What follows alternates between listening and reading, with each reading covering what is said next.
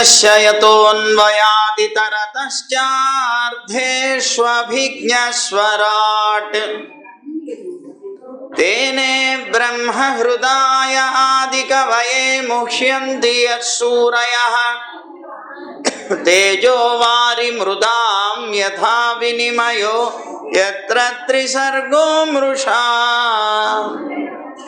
धाम्ना स्वेन सदा निरस्तकुहकं सत्यं परं धीमहि धर्मः प्रोज्झितकैतवोऽत्र परमो निर्मत्सराणां सतां वेद्यं वास्तवमत्र वस्तुशिवदं तापत्रयोन्मूलनम् श्रीमद्भागवते महामुनिकृते किं वा परैरीश्वरः सद्यो हृद्यवरुध्यतेऽत्र कृतिभिः शुश्रूषुभिस्तक्षणात् नारायणं नमस्कृत्य नरं चैव नरोत्तमं देवीं सरस्वतीं व्यासं ततो जयमुदीरयेत्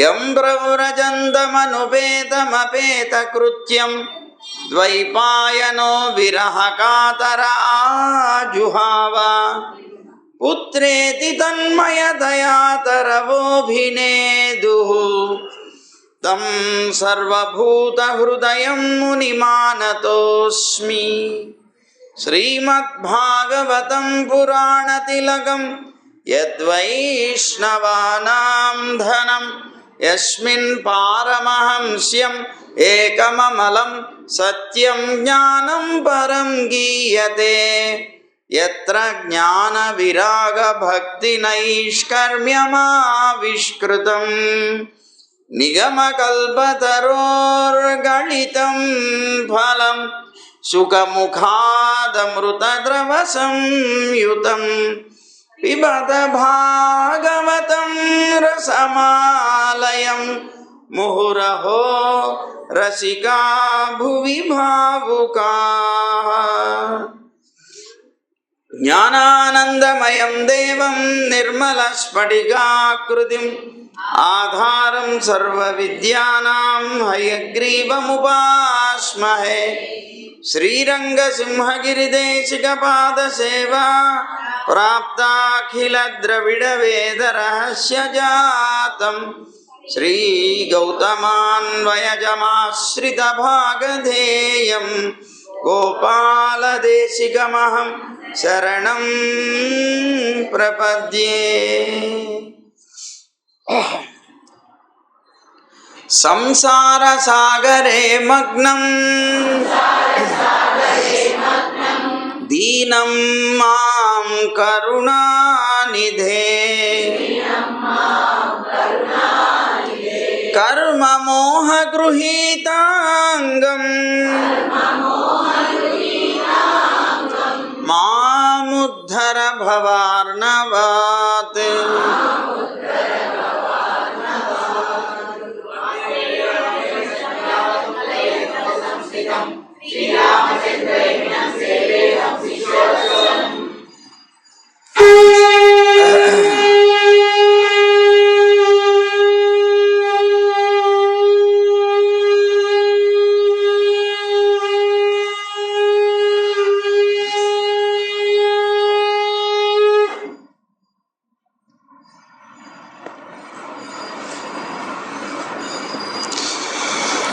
జై గోవింద.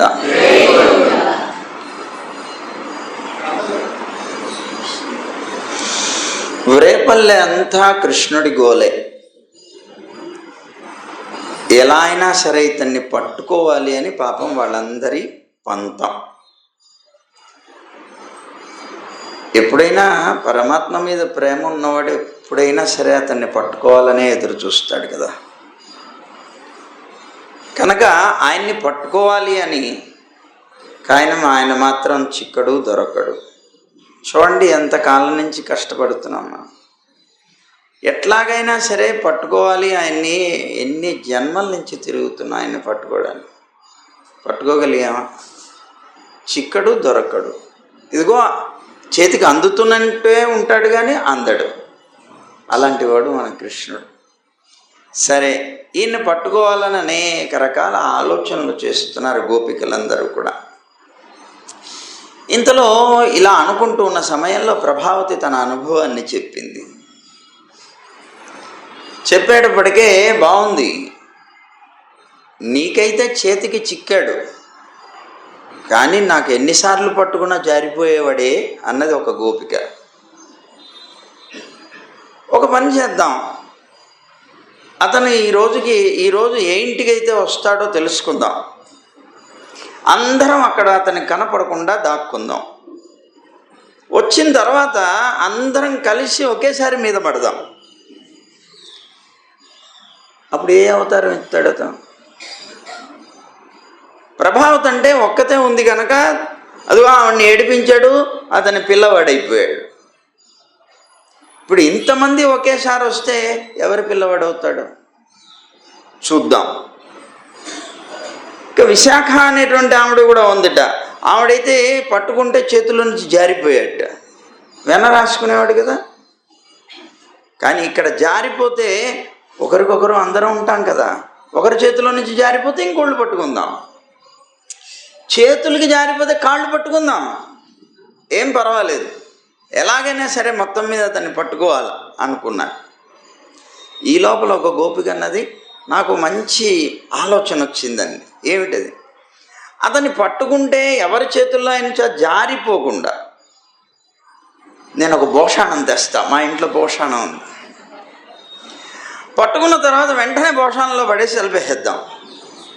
ఇంకెక్కడికి వెళ్తాడు అతను? ఆ భోషాణం మోసుకెళ్దాం, కావాలంటే మనం మోసుకెళ్ళి యశోదమ్మకి అప్పగిద్దాం, అప్పుడు తెలుస్తుంది యశోదమ్మకి అన్నది ఒక గోపిక.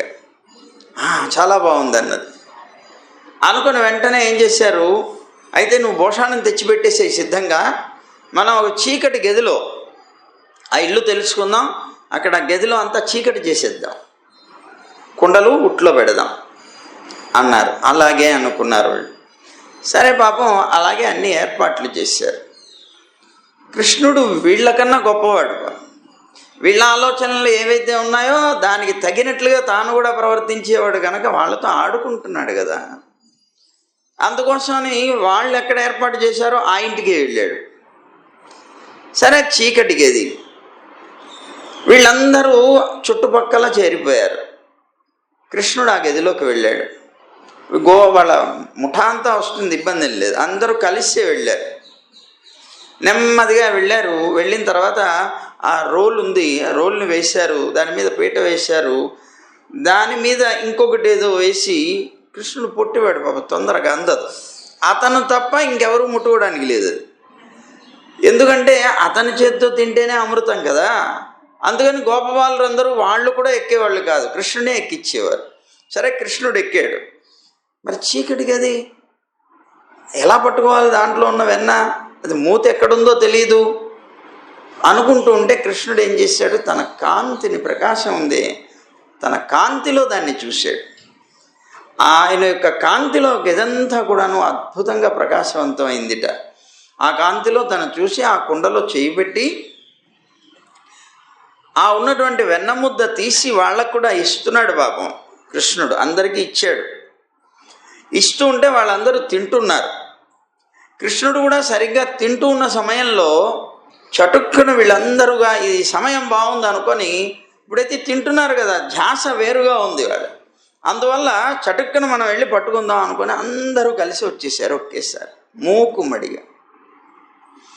ఎప్పుడైతే ఈ చీకటి గదిలోకి వచ్చేసారో వీళ్ళందరూ వచ్చి గట్టిగా పట్టుకున్నారు. దొరికాడు దొంగ అన్నారు. అందులో మిగిలిన పిల్లలందరూ పరుగులెత్తి వెళ్ళిపోయారు. వాళ్ళ గురించి ఎవరు పట్టించుకోలేదు. కృష్ణుడు మాత్రం ఉట్టిలో ఎక్కాడు. వీళ్ళందరూ పెద్ద కూడా గగ్గలు పెట్టి కొద్ది గట్టిగా అనేసి ఇలా అనేటప్పటికీ అది కాస్త పడిపోయింది. డామ్మని కింద పడ్డాడు కృష్ణుడు, లేవలేకపోయాడు. వెంటనే వీళ్ళందరూ పరిగెట్టిపోయారు. వెంటనే మూగేశారు ఈ గోపికలందరూ. దొరికాడు దొంగ అనుకున్నారు. వెంటనే పట్టేసుకున్నారు. ఏం దొంగగారు, ఈవేళ మా చేతుల్లో తప్పనిసరిగా మీరు మీ అమ్మగారికి చిక్కిపోతారు. చూసుకోండి, అమ్మ దగ్గరికి తీసుకెళ్తాం, యశోదమ్మ దగ్గరికి, పదండి పదండి వడ్డిస్తారు మీకు బాగాను అన్నారు. పాపం పట్టుకున్నారు. పట్టుకునేటప్పటికీ అమాయకంగా ముఖం పెట్టాడు. అమ్మ దగ్గరికి తీసుకెళ్తారా అని 2 చుక్కలు చాలా కష్టంగా కంటి వెంబడి నీరు గార్చాడు.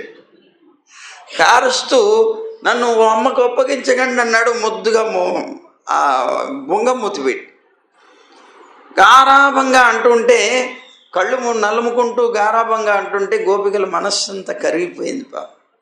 వెంటనే అన్నారు కదా, అసలు వెన్న తీసేదే అతని కోసం, ఉట్లలో పెట్టేది కూడా అందుకోసమే, అతను తినాలనే కోరుకుంటూ చేస్తారు కనుక ఈ మిషతో అతన్ని పట్టుకోవాలనుకుంటారు కనుక దొరికాడు. ఇంకేం కావాలి మనకి, అమ్మ దగ్గరికి తీసుకెళ్లాల్సిన అవసరం ఏంటి అనుకున్నారు మళ్ళీ మనస్సులో. మనకి దొరికేశాడు కదా అని వెంటనే అతన్ని పట్టుకొని ముద్దులతో నింపేశారు. అలా ముద్దులు పెట్టేసి ప్రతి గోపిక తమ మనస్సులో కోరుకుంటుంది కృష్ణుణ్ణి కావాలని. చేతికి చిక్కినటువంటి వాడిని సువర్ణ అవకాశం ఇది, దీన్ని ఎలా జారబెట్టుకోవాలి. అందులో లొంగిపోయాడు. అమ్మకి చెప్పొద్దు అంటున్నాడు, ఇంకెవరూ లేరు. వెంటనే ఒక గోపిక అన్నది కదా, గంభీరంగా ముఖం పెట్టింది. అయితే మేము మీ అమ్మకి చెప్పొద్దా? చెప్పొద్దన్నాడు బాబు. సరే, భయం నటిస్తున్నాడు ఆయన, వీళ్ళు కోపం నటిస్తున్నారు, వీళ్ళు ఇద్దరిది నాటకమే. సరే, మొత్తం మీద ఆయన భయం నటిస్తూ వద్దు వద్దు చెప్పొద్దు అన్నాడు. సరే, ఒక గోపిక అంది, మీ అమ్మకి చెప్పకుండా మీ అమ్మకి ఒప్పగించకుండా ఉండాలంటే మేమేం చెప్తే చేస్తావా అన్నది. చేస్తానన్నాడు. అయితే మా అందరినీ ముద్దు పెట్టుకో అన్నారు వాడు. టక్కన వచ్చాడు, అందరినీ ముద్దులు పెట్టుకున్నాడు. అయిపోయిన తర్వాత ఒక గోపిక వచ్చి ఇంత పెద్ద లడ్డు తెచ్చింది. లడ్డు కావాలా నీకు అన్నది. కావాలన్నాడు. అనేటప్పటికే మరి లడ్డు ఊరికే దొరకదు, నువ్వు డ్యాన్స్ చేయాలి, నాట్యం చేయాలి. నువ్వు నాట్యం చేస్తే నీకు లడ్డు ఇస్తా. నిజంగా ఇస్తారా అన్నాడు. నాట్యం చేస్తే నిజంగా ఇస్తారా అన్నాడు.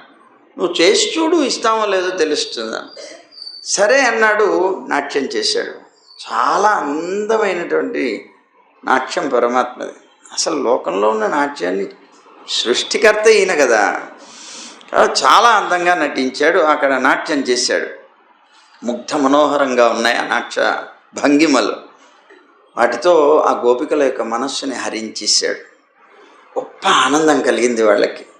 ఆ గోపికలు ఆ నాట్యాన్ని చూసి పరిగెట్టుకుంటూ దగ్గరికి వెళ్ళిపోయి గట్టిగా ఆలింగనం చేసుకొని ముద్దుల్లో నింపేశారు కృష్ణుణ్ణి.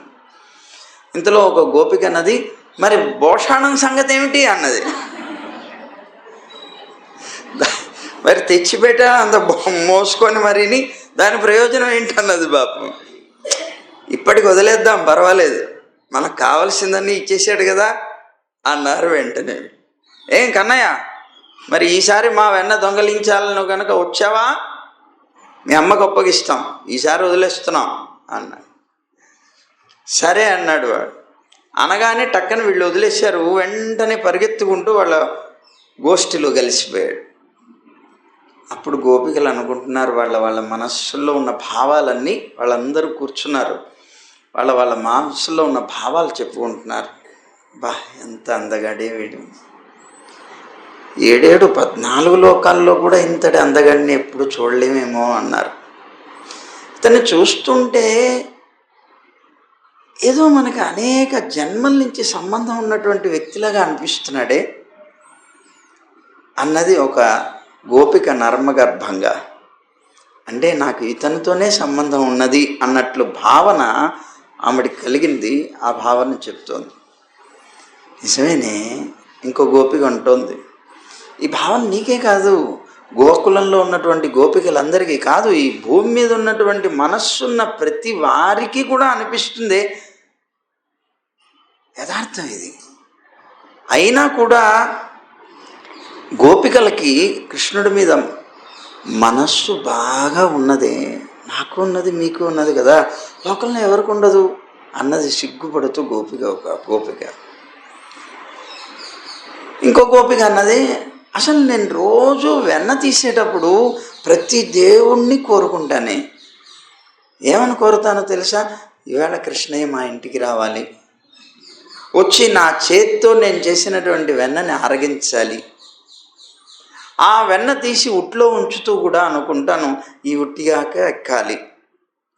సరే, అతని కోసమే ఎదురు చూస్తూ పక్క గదిలో కూర్చుంటాను, ఇవన్నీ సిద్ధం చేసి పెట్టి. కానీ మాయదారి నిద్ర నాకు ముంచుకొచ్చేస్తుంది. అలా ఊరికేనే కూర్చుంటాను, ఆయన కోసం ఎదురు చూస్తూ ఎప్పుడు వస్తాడా. ఆయన రాడు కానీ నిద్ర మాత్రం వస్తుంది. అలా నిద్ర ముంచుకొచ్చి నిద్రలో ఉంటాను, ఎప్పుడొస్తాడో తెలియదు, నల్ల పిల్లిలాగా వచ్చేస్తాడు, తను తినేస్తాడు, వెళ్ళిపోతాం కూడా అయిపోతుంది. చివరికి నేను ఇంకా అతను వచ్చాడేమో అని లోపలికి వెళ్ళి చూస్తే బద్దలైపోయిన కుండ పెంకులు, అక్కడ ఇక్కడ చెల్లా చెదురుగా పడినటువంటి పాలు, వెన్న, మిగడ, ఇవన్నీ దర్శనమిస్తాయి. ఇవాళ కూడా నేను దగ్గరగా ఆయన్ని చూడలేకపోయాను, ఆయన్ని స్పృశించలేకపోయాను, ఆయన్ని పట్టుకోలేకపోయానని చాలా బెంగపడుతూ ఉంటాను అన్నది ఒక గోపిక. ఇంకో గోపిక ఉన్నది, అబ్బా అంత ప్రేమ నీకు కృష్ణుడి మీద ఉంటే మరి ఉట్లలో ఎందుకు పెట్టాలి? పాలు పెరుగు కిందనే పెట్టచ్చు కదా, ఆయనకి అంత కష్టం కూడా లేకుండా చేయొచ్చు కదా, నిజంగా నీకు అంత ప్రేమ ఉన్నదా అన్నది. ఉన్నదే అన్నది ఆ గోపిక. మరి ఎందుకు పెడుతున్నావు ఉట్లలో? దానికి ఒక కారణం ఉందిలే అని. ఏమిటి ఆ కారణం అంటే, కృష్ణుడు వచ్చిన తర్వాత నేనే కనుక కింద పెట్టాననుకో చటుక్కున అవి తీసుకొని బయటికి వెళ్ళిపోతారు. అదే ఉట్లలో పెట్టాననుకో రోలు తెచ్చుకోవాలి, దాని కింద వేసుకోవాలి, దాని మీద పీటలు వేసుకోవాలి, దాని మీద ఎక్కాలి, మరి ఆ కొండను అందుకోవాలి, దాంట్లో ఉన్న వెన్న తినాలి, తిన్న తర్వాత అందరికీ పెట్టాలి, పెట్టిన తర్వాత చక్కగా మరి అక్కడి నుంచి దూకి పరిగెట్టాలి, కుండలు బద్దలు కొట్టి. ఎంతసేపు పడుతుంది చెప్పు? ఇంతసేపు నేను తలుపు చాటుని నిలబడి ఆ కృష్ణుడిని హాయిగా చూసుకుందును కదా, అందుకోసం ఈ ఏర్పాట్లన్నీ నేను చేసుకుంటానన్నది. ఓ తనివి తీరా చూస్తాను తెలిసిన ఆ కృష్ణుడిని నేను అని ముసిముసిగా నవ్వుకుంటుంది ఆ గోపిక. ఇంకో గోపిక అన్నది కదా, గోవులు కాచుకొని తిరిగేవాళ్ళం కదా మనం, అలాంటి గొల్లలమైనటువంటి మన మీద గోవిందుడే మన దగ్గరకు వచ్చి మనతో పెరుగుతున్నాడంటే ఎంత భాగ్యం నిజంగా మనది. అసలు కన్నయ్యకి మన మీద ఎందుకు ఇంత దయ కలిగింది? ఎన్నో గ్రామాలు ఉన్నాయి, ఎన్నో ఊళ్ళు ఉన్నాయి, అన్నిటిని వదిలేసి మన దగ్గరకు వచ్చి ఎందుకు పెరుగుతున్నాడు ఏమోనే తెలీదు. ఆ కృష్ణుడిని చూస్తేనే చాలు, నా మనస్సంతా కూడా ఏదో తన్మయత్వాన్ని పొందుతుంది. అందుకనే పనులన్నీ త్వరగా చేసుకొని అతని కోసమే ఇంట్లో ఎదురు చూస్తూ ఉంటాను అని భారంగా నిట్టూర్చింది ఇంకో గోపిక. ఇంకో గోపిక అన్నది కదా, ఇంత చిన్న బాలుడు మన్మధుడైపోయి ఇంతమంది మనస్సుని ఎలా దోచుకున్నాడే, అర్థం కాలేదు వీళ్ళకి, చాలా చిత్రంగా ఉంది అని తన మనసులో ఉన్నటువంటి భావనని వ్యక్తపరిచింది ఇంకో గోపిక. అందరూ కూడాను కృష్ణగత ప్రాణులైపోయి ఆ కృష్ణుడి మీదనే మనస్సు, వాళ్ళు ఏ కర్మ చేసినా కృష్ణుడి కోసమే అనేటువంటి స్థితిలో జీవనం సాగిస్తున్నారు ఈ గోపికలందరూ కూడా. అయినా కూడా ముచ్చట కోసం అని యశోదమ్మ దగ్గరికి వెళ్ళి పితిరీలు చెప్పేవాళ్ళు. మళ్ళీ వెళ్ళి, ఓ యశోదమ్మ, నీ పిల్లవాడిని జాగ్రత్తగా చూసుకో, అతన్ని అల్లరికి విసిగిపోయాం మేమంతా, ఇలా అయితే మేమంతా ఊళ్ళో ఉండం, వెళ్ళిపోతాం ఇక్కడి నుంచి ఖాళీ చేసి అని గొడవ పెడుతూ ఉండేవారు సరదా కోసం, ముచ్చటకి. సరే, ఎందుకమ్మా మా పిల్లవాడిని అలా కళ్ళల్లో పెట్టుకుంటారు అంటుంది పాపం యశోదమ్మ. వీళ్ళలా అన్నప్పుడల్లా పాపం అమాయకుడు, వాడు ఏం పాపం ఎరగడ అని పాపం ఆ ఊళ్ళో ఉన్నటువంటి పిల్లవాడిని ముద్దులు పెట్టుకుంటుంది యశోదమ్మ. ఏం చేశాడా, మా ఇంటికి వచ్చాడు తెలుసా ఒకరోజు, చెప్తున్నా విను అన్నది ఇంకో గోపిక. మేము ఇంకా ఆవులకి పాలు పితకలేదు, సరిగ్గా పరిగెట్టుకుంటూ వచ్చాడు, దూడలన్నింటినీ వదిలిపెట్టేశాడు. మేము చూసి ఎరా కృష్ణ అనగానే కిలకిలా నవ్వుకుంటూ పరిగెట్టుకుంటూ వెళ్ళిపోయాడు.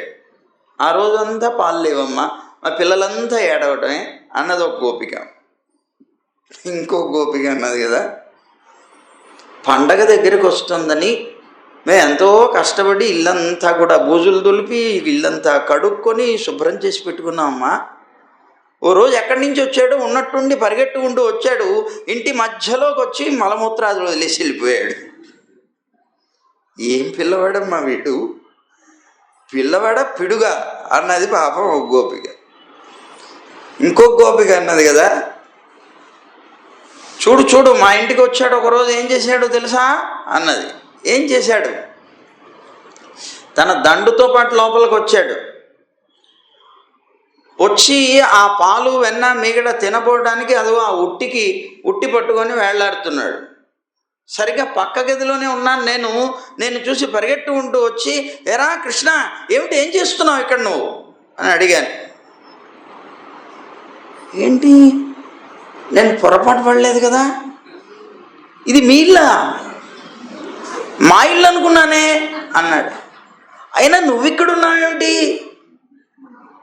అయ్యో నీ భర్త చూస్తే అన్న గొడవ అయిపోతుంది, పో పో పో పో అన్నట్టు. ఓరి వేద, నన్ను ఇంట్లో నుంచి వెళ్ళిపోమంటావా నువ్వు, ఇది నా ఇల్లు అంటావా, మా భర్త చూస్తే నన్ను గొడవ చేస్తాడా అని కర్ర కోసం లోపలికి వెళ్ళింది. ఈయన తుర్రుమన్నట్టు ఈ దూకేసి, ఇలాంటి వాడు కాదమ్మా ఈ పిల్లవాడు అని అంటూ ఉంటే వెంటనే యశోదమ్మ అన్నదిట, ఇవన్నీ విన్న తర్వాత నా పిల్లవాడు లాంటి వాడేం కాదు అని మూతి తిప్పుకుంటూ పాపం లోపలికి వెళ్ళిపోయింది యశోదమ్మ. ఇవన్నీ విని ఆవిడికి మనస్సులో ఆనందం. అందుకనే ఇవన్నీ తాను దర్శించకపోయినా తాను వింటున్నప్పుడు ఆనందం. వాళ్ళ దగ్గర ఆనందాన్ని ప్రకటిస్తే మళ్ళీ తిడతారు వాళ్ళు, మీకన్నీ ముచ్చటగా ఉన్నాయా ఇవి, మమ్మల్ని ఏడిపిస్తుంటే అని. అందుకని అక్కడ మాత్రం నవ్వేది కాదు, లోపలికి వెళ్ళి మాత్రం ఆనందపడేది. అందుకని అసలు అమ్మకి, యశోదమ్మకి కళ్ళు చాలా చిన్నవి ఉండేవి మొదట్లో. కృష్ణుడు అవతరించిన తర్వాత ఏరారంద కణ్ణి యశోదై ఇళం సింగం, తిరుప్పావిలో మన అమ్మ అంటుంది, ఏరారంద కణ్ణి, విశాలమైపోయినటువంటి నేత్రాలు కలిగిందిట. ఎందుకండి ఎంత విశాలమైన ఆ కళ్ళు అని అంటేట, కృష్ణుడి యొక్క లీలలన్నీ చూసి ఆనందపడి పడి పడి పడి ఆ కళ్ళు ఆనందంతో ఆశ్చర్యంతో చూసి పెద్దవైపోయినాయి. అలాగా యశోదమ్మ కూడాను ఆనందమే కలిగేది. సరే, ఇంతకీ చాలామందికి ఒక సందేహం వస్తుంది. చక్కగా కృష్ణుడు నందుడి ఇంట్లో పుట్టాడు. నందుడు రేపల్లకి రాజు అయినటువంటి ఆయనకి రాజకుమారుడుగా పుట్టినటువంటి వ్యక్తి ఏమిటి, అందరి చేత దొంగ అనిపించుకోవటం ఏంటి, నవనీత చోరుడని పేరు పడి లోకంలో అందరి చేత చీకొట్టించుకోవడం ఏమిటి, ఈ గొడవ ఏంటండి, ఎందుకు ఇలా వచ్చింది అని సందేహం కలుగుతుంది అందరికి కూడా. దానికి కారణం ఒకటి ఉంది. ఆయన మీద ఆయన అపవాదం వేసుకుంటాడు. ఎందుకు వేసుకుంటాడో తెలుసా? నవనీత చౌర్యంలో ఒక వేదాంత అర్థం ఉన్నది, అది లోకానికి చాటడం కోసం చేస్తాడు. ఏమిటి అసలు ఇంతకీ నవనీత చౌర్యం అంటే, అది ఒక్కసారి మనం చూద్దాం. ఏం చేస్తాడు? ఇళ్లలోకి వెళతాడు. వెళ్ళి ఉట్లలో ఉన్నటువంటి పాలు పెరుగు దొంగతనం చేస్తాడు. ఉట్లలో ఉన్నటువంటి వాటిని ఎంతో కష్టం, నిజంగా యథార్థంగా రోలు ఆ పిల్లలు తీసుకొని వచ్చి పెట్టుకోవాలంటే కష్టం కదా, అలాంటి కష్టమైన పనైనా సరే చేస్తారు. అందులో అది అందుబాటులో లేనటువంటి దాన్ని అందించుకొని మరి అది తిని వాళ్ళ చేత తన్నులు తిని ఇవన్నీ తినాలంటే కష్టమే, కానీ కష్టమైనా చేస్తాడు ఇష్టంగా. ఎందుకు చేస్తున్నాడు అని అంటే దానికి ఒక వేదాంత అర్థం ఉన్నది. కుండ శరీరం, ఆ కుండలో ఉన్నటువంటి వెన్న మనస్సు. వెన్న లాంటి మనస్సు ఏ కుండలో అయితే ఉంటుందో, అంటే ఏ శరీరంలో అయితే ఉంటుందో, అది ఎక్కడున్నా సరే తాను అక్కడి దాకా వెళ్ళి దాన్ని అనుభవిస్తాడు పరమాత్మ అనేటువంటి ఒక సూచన అన్నమాట, వేదాంతార్థం. అందుకనే ఆయనకు అలవాటు ఏంటి, వెన్నంతా అనుభవించేసిన తర్వాత కుండని బద్దలు కొట్టి వెళ్ళడం అలవాటు. అలా ఏ జీవినైనా సరే తాను అనుభవించిన తర్వాత ఆ కుండ అంటే శరీరాన్ని బద్దలు కొట్టేస్తాడు. అంటే మళ్ళీ దాన్ని అతికించడానికి వీలు లేకుండా చేస్తాడంటే మళ్ళీ జన్మ లేకుండా చేస్తాడు. అది ఎక్కడున్నా సరే వెతుక్కొని వెళుతాడు, తానే వెళుతాడు. అది ఎంత ఎత్తులో పెట్టినా సరే దాన్ని పొందే ప్రయత్నం చేస్తాడు. అంతేకాదు తమాషా, దాన్ని అనుభవించి కుండ బద్దలు కొట్టి వెళ్ళే లోపుగా ఎవరైనా అడ్డొచ్చి తన యొక్క ఆ అనుభవానికి అడ్డుపడ్డారు అంటే మాత్రం వాళ్ళ సంగతి ఏమిటో చూస్తాడు, వదిలిపెట్టాడు. ఇది వేదాంతార్థం. సరే అండి, మంచిదే. కుండ అంటే శరీరం అన్నారు, దాంట్లో ఉండే వెన్నలాంటి మనస్సు అన్నారు కదా. వెన్నలాంటి మనస్సు అంటే ఎలా ఉంటుంది అంటే, వెన్నకి 3 గుణాలు ఉన్నాయి ప్రధానం. ఏమిటవి? మృదుత్వం, తెల్లగా ఉండడం, పరిమళించేటువంటి రీతి, 3 ఉన్నాయి. ఈ 3 గుణాలు ఏ మనస్సుకైతే ఉంటాయో ఆ మనస్సు ఎక్కడుంటే అక్కడికి వెళ్ళి దాన్ని పొందుతాడు పరమాత్మ. ఈ 3 మొట్టమొదటి మనం ఏమనుకున్నాం? తెల్లది అనుకోండి. ఈ తెల్లని మనస్సు కావాలట ఎవరికైనా. తెల్లని మనస్సు అంటే మనస్సు అసలు రూపమే లేదు కదండి, దానికి రంగు ఎక్కడి నుంచి వచ్చింది అని. ఇక్కడ తెల్లదనం అంటే సత్వగుణం అని ప్రధానం. మనకి లోకంలో వేదం చెప్తుంది, సత్వగుణం, రజోగుణం, తమో గుణాలకి 3 రంగుల్ని ప్రతీకలుగా చెప్పింది. సత్వగుణానికి తెలుపు, రజోగుణానికి ఎరుపు, తమో గుణానికి నలుపు. అందుకే తమో గుణ సంబంధమైంది కనుక నల్లటి వస్తువులు కానీ నల్లటి బట్టలు కానీ కట్టుకోకూడదు అని అంటారు, తమో గుణ చిహ్నం కనుక. అయితే తెలుపుని సత్వగుణానికి అనుగ్రహించింది. తెల్లటి మనస్సు కావాలి.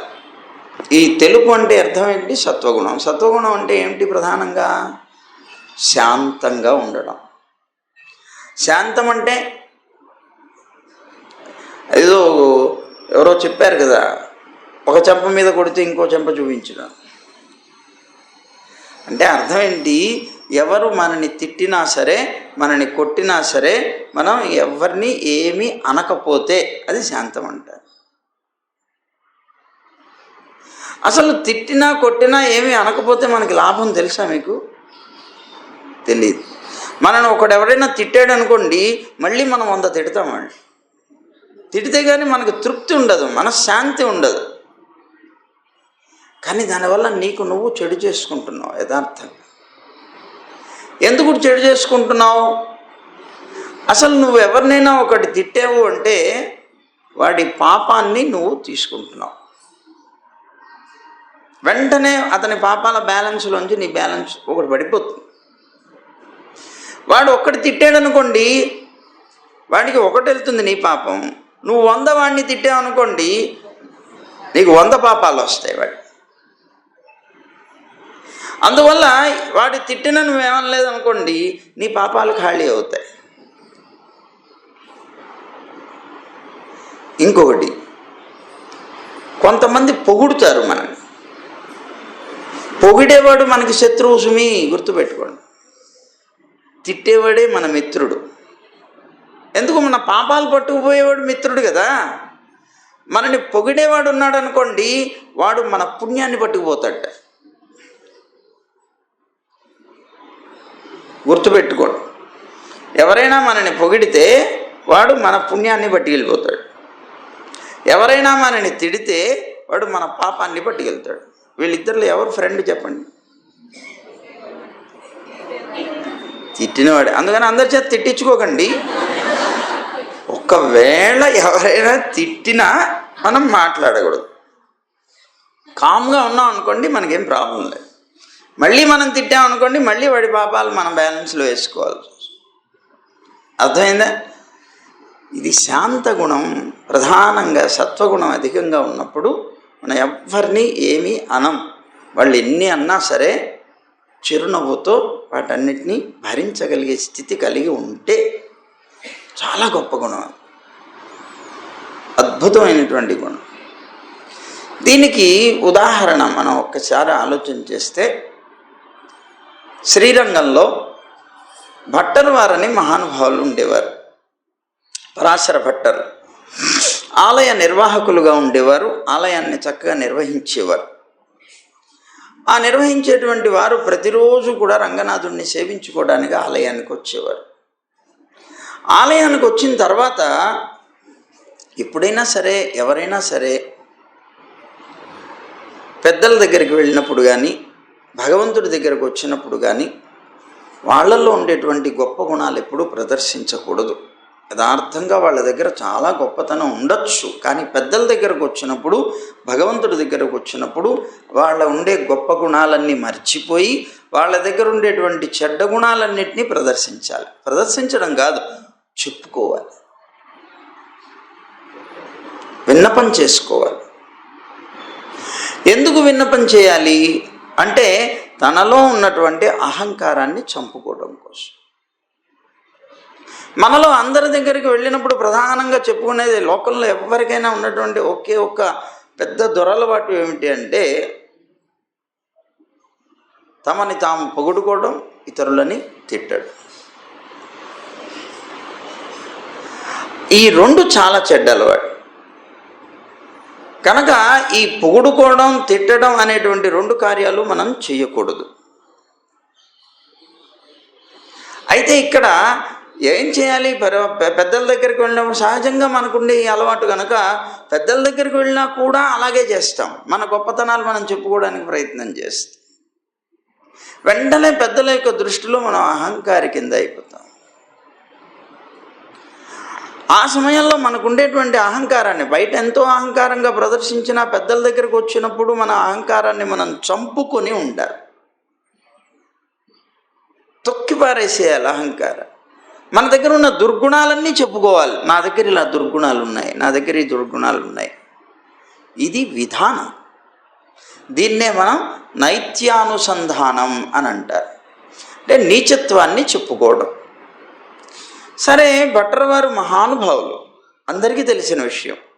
అయినప్పటికీ వారు పెరుమాళ్ళ సన్నిధికి వెళితే రంగనాథుడి దగ్గర ప్రతిరోజు కూడా అమర్యాద క్షుద్ర చలమతిరసూయా ప్రసవభూ దుర్మాని స్మరపరవశో వంచనపర నృశంస పాపిష్ట కదమహమితో దుఃఖజలధే అపారాదుత్తీర్ణ తవ పరిచరేయం చరణయోః న ధర్మనిష్టోస్మి న చాత్మవేది న భక్తిమాన్ త్వచ్చరణారవిందే అకించనోనన్యగతి శరణ్యా త్వత్పాదమూలం శరణం ప్రపద్యే అనుకునేవారట. ఏమిటండి దీని అర్థం అంటే, నధర్మనిష్టోస్మి, స్వామి నేను ధర్మపరుణ్ణి కాదు, ధర్మనిష్ట నాకు లేదు, ఎన్ని అధర్మ కార్యాలు చేస్తున్నానో నాకు తెలియదు. కనుక ధర్మాత్ముణ్ణి అనేటువంటి ఉద్దేశంతో నన్ను రక్షించడానికి అవకాశం లేదు. నా ధర్మనిష్టోస్మి నచ ఆత్మవేది, నాకేమన్నా పోనీ ఆత్మజ్ఞానం ఉన్నదా? నా స్వరూప జ్ఞానం ఏదైనా ఉందా? నా స్వరూప జ్ఞానము నాకు లేదు. నా భక్తిమాన్ త్వచ్చరణారవిందే, నీకు నీ యొక్క పాదార విందాల యందు భక్తి అయినా ఉన్నదా, ప్రీతి అయినా ఉన్నదా? అది లేదు నాకు. అకించనో, పొల్లేవయ్యా నీకు లేకపోతే ఏమి, రేపొద్దున సంపాదించు. అకించనో, నేను శక్తి లేనివాడిని, వాటన్నిటినీ సంపాదించుకునేటువంటి శక్తి కూడా నాకు లేదు స్వామి, అశక్తుడను నేను. అనన్యగతి శరణ్య, పోనీ నీకు శక్తి లేకపోతే ఇంకెవరినైనా ఆశ్రయించు, వాళ్ళ ద్వారా ఏదైనా ధైర్యాన్ని పొందు. అనన్యగతి, నాకు వేరు దిక్కు లేదు స్వామి. నీ పాదార విందాలని పట్టాను నేను, నువ్వు తప్ప నాకు ఇంకొక దిక్కు నా జీవితంలో ఇంకొకటి లేదు, రాదు, రాబోదు. నువ్వేమైనా చేసుకో.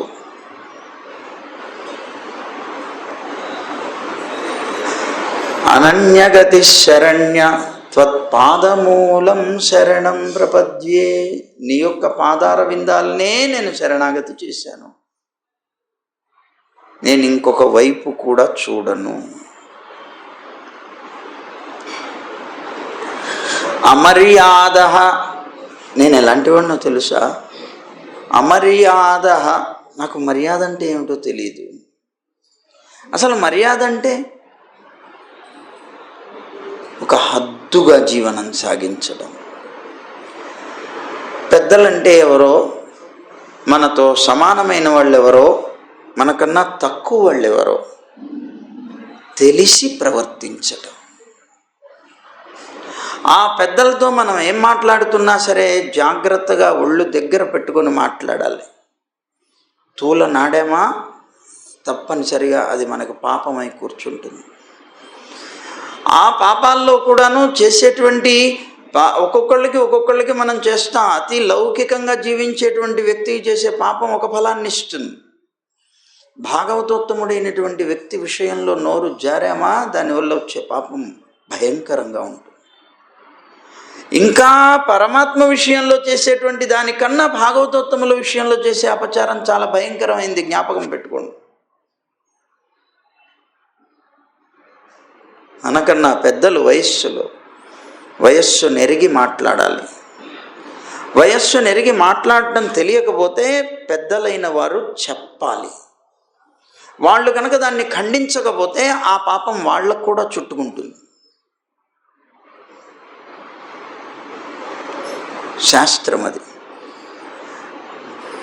దాన్ని వారించవలసిన వారు వారించకపోయినా, వారించుకుని తనని తాను నిగ్రహించుకొని మాట్లాడకపోయినా అటు వాళ్ళకి ఇటు వీళ్ళకి అందరికీ కూడా ఆ పాపం చుట్టుకొని అనేక జన్మలు ఏడిపిస్తుంది. అందులో భాగవతోత్తములైనటువంటి వారి విషయంలో పడేటువంటి దోషం మనకి సీతమ్మ చూపించింది అదే. పరమాత్మతో వియోగం లభిస్తుంది వాళ్ళకి. భగవంతుణ్ణి పొందలేరు. ఎన్ని జన్మలెత్తినా కూడాను పరమాత్మని పొందలేరు. మన వల్ల కష్టపడి ఒక భాగవతోత్తముడు కంటి వెంబడ ఒక్క చుక్క కార్చినా సరే కొన్ని వేల జన్మలు వాళ్ళకి గతి ఉండదు. అది శాస్త్రం చెప్తున్నమాట. అది ఎరగాలి మనం. అదే మర్యాద అంటే అది తమ హద్దుని మీరి ప్రవర్తించకూడదు ఎప్పుడు కూడా. ఆ మర్యాదనే చూపించాడు ఎవరు? మన అంబరీషుడు. తాను రాజైనా, పరమ భాగవతోత్తముడైనా, ఒక బ్రాహ్మణుడైనటువంటి ఆ ఋషి వచ్చి కాళ్ళు పట్టుకుంటుంటే తన మర్యాదని తాను దాటలేదు. ఎప్పుడు హద్దు దాటి ప్రవర్తించలేదు. మహాప్రభు మీరు పట్టుకుంటున్నారే, నేను క్షత్రియుణ్ణి, మీరు బ్రాహ్మణులు, నాకన్నా ఉత్తమమైనటువంటి జన్మ ఎత్తినటువంటి మీరు నా పాదాలు పట్టుకుంటే నాకు కదా చెడు అన్నారు. అంతేకాని తాను భక్తుణ్ణి, పరమ భాగవతోత్తముణ్ణి అని అహంకరించలేదు. యథార్థంగా భాగవతోత్తముడికి ఎప్పుడు అహంకారం ఉండదు. కనుక హద్దు తెలిసి ప్రవర్తించాలి. అమర్యాద, నాకు ఆ హద్దు కూడా తెలియదు స్వామి. నిజంగా తెలియదా? భట్టర్ వారికి తెలుసు, కానీ నైత్య అనుసంధానం చేసుకుంటున్నారు.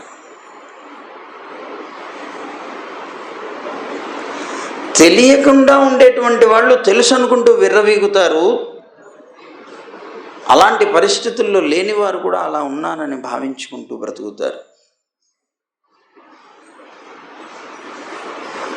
ఎటువంటి పరిస్థితుల్లో మన హద్దు దాటి పెద్దల్ని దూషించడం కానీ, పెద్దల్ని ఎలా పడితే అలా మాట్లాడడం కానీ, ఏ విధంగా పడితే ఆ విధంగా వారి విషయంలో ప్రవర్తించడం కానీ మనం చెయ్యనే కూడదు. అది జన్మలు ఏడిపిస్తుంది. అదే వాళ్ళు కనుక భాగవతోత్తములైతే ఇంకా వాళ్ళకి గతే ఉండదు. తప్పనిసరిగా అలాంటి వాళ్ళు ఎవరైనా అలా ఉంటే వాళ్ళని సరిచేయవలసినటువంటి బాధ్యత వారి పెద్దలదై ఉంటుంది. వాళ్ళు చెయ్యలేదు, తప్పనిసరిగా ఆ పాపానికి వాళ్ళు కూడా భాగీదారులు అవుతారు. అమర్యాద, క్షుద్ర, ఇలాంటి పనులన్నీ చేస్తే చివరికి మిగిలేదేంటి? క్షుద్రత్వమే, నీచత్వమే. కనుక నేను నీచున్నయ్యా. చలమతి, నా మనస్సు ఎప్పుడూ స్థిరంగా ఉండదు, ఎప్పుడు కూడాను చలిస్తూ ఉంటుంది. ఇప్పుడు ఒక మాట మాట్లాడతాను, రేపొద్దున ఇంకో మాట మాట్లాడతాను. నేను మాట్లాడే మాటలు నాకే అర్థం కావు, అస్థిరంగా బ్రతుకుతూ ఉంటాను. చలమతి అసూయా ప్రసవ భూ. అబ్బో, నాకెంత అసూయ అంటే ఒకరిని చూస్తే పడదు నాకు. అసూయ అంటే అర్థం ఏంటి? దోషారోపో గుణేష్వపి. ఎవరైనా గుణాలు ఉన్నా కూడాను వాళ్ళని చూస్తే ఆ గుణాలు వాళ్లకున్నాయి, నాకు లేవు అనేటువంటి ఒక కుళ్ళు బయలుదేరి, అసూయ అంటే కుళ్ళు అనమాట. ఆ కుళ్ళు బయలుదేరి దోషారోప, వాళ్ళకు ఉండేటువంటి ఆ గుణాలకు కూడా దోషాలని ఆరోపించి బ్రతికేటువంటి పరిస్థితి. గుణాలని గుణాలుగా స్వీకరించలేడు, అవి దోషాలుగానే కనిపిస్తాయి వీళ్ళ కళ్ళకి. కనుక అసూయా ప్రసవ భూ. ఆ అసూయ అనేటువంటిది పుట్టింది నాలో నుంచేనేమోనయ్యా, అలాంటి వాడిని నేను. కృతఘ్నో, ఒకరి చేత చేయబడినటువంటి ఉపకారాన్ని విస్మరించి బ్రతికేటువంటి వాడిని. కృత అంటే చేయబడినటువంటి, ఘ్నంతి అంటే చంపడం అన్నమాట. అంటే చేయబడినటువంటి విషయాన్ని, కార్యాన్ని చంపేసేటువంటి వాడిని. అంటే ఉపకారం చేసేవాడికి కూడా నేను అపకారం చేస్తాను, నా తత్వం అది. కృతజ్ఞుడు అంటారు వాళ్ళు. కృతజ్ఞో దుర్మాని. అబ్బా, నాకున్న అహంకారం మామూలు విషయం కాదు. దుష్టమైనటువంటి స్థితిలో నేను బ్రతుకుతాను, ఎప్పుడు అహంకారంగా బ్రతుకుతాను. స్మర పరవశః, నన్ను నేను తలుచుకుంటాను, నేను ఇంత గొప్పవాడిని అని ఊహించుకుంటాను.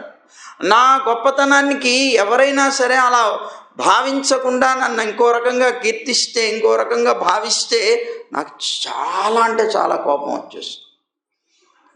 నన్ను నేను ఊహించుకుంటాను, నేను ఇంత గొప్పవాడిని, నేను ఇంద్రుణ్ణి చంద్రుణ్ణి. నన్ను ఇంద్రుడిలాగా ఎదుటివాడు చూడాలి. వాడు చూడలేదా? నన్ను ఒక సేవకుడి కింద చూశాడని నేను సహించలేకపోతాను. నేను మామూలుగా సేవకుడినే, కానీ నా భావంలో నేను ఇంద్రుణ్ణి.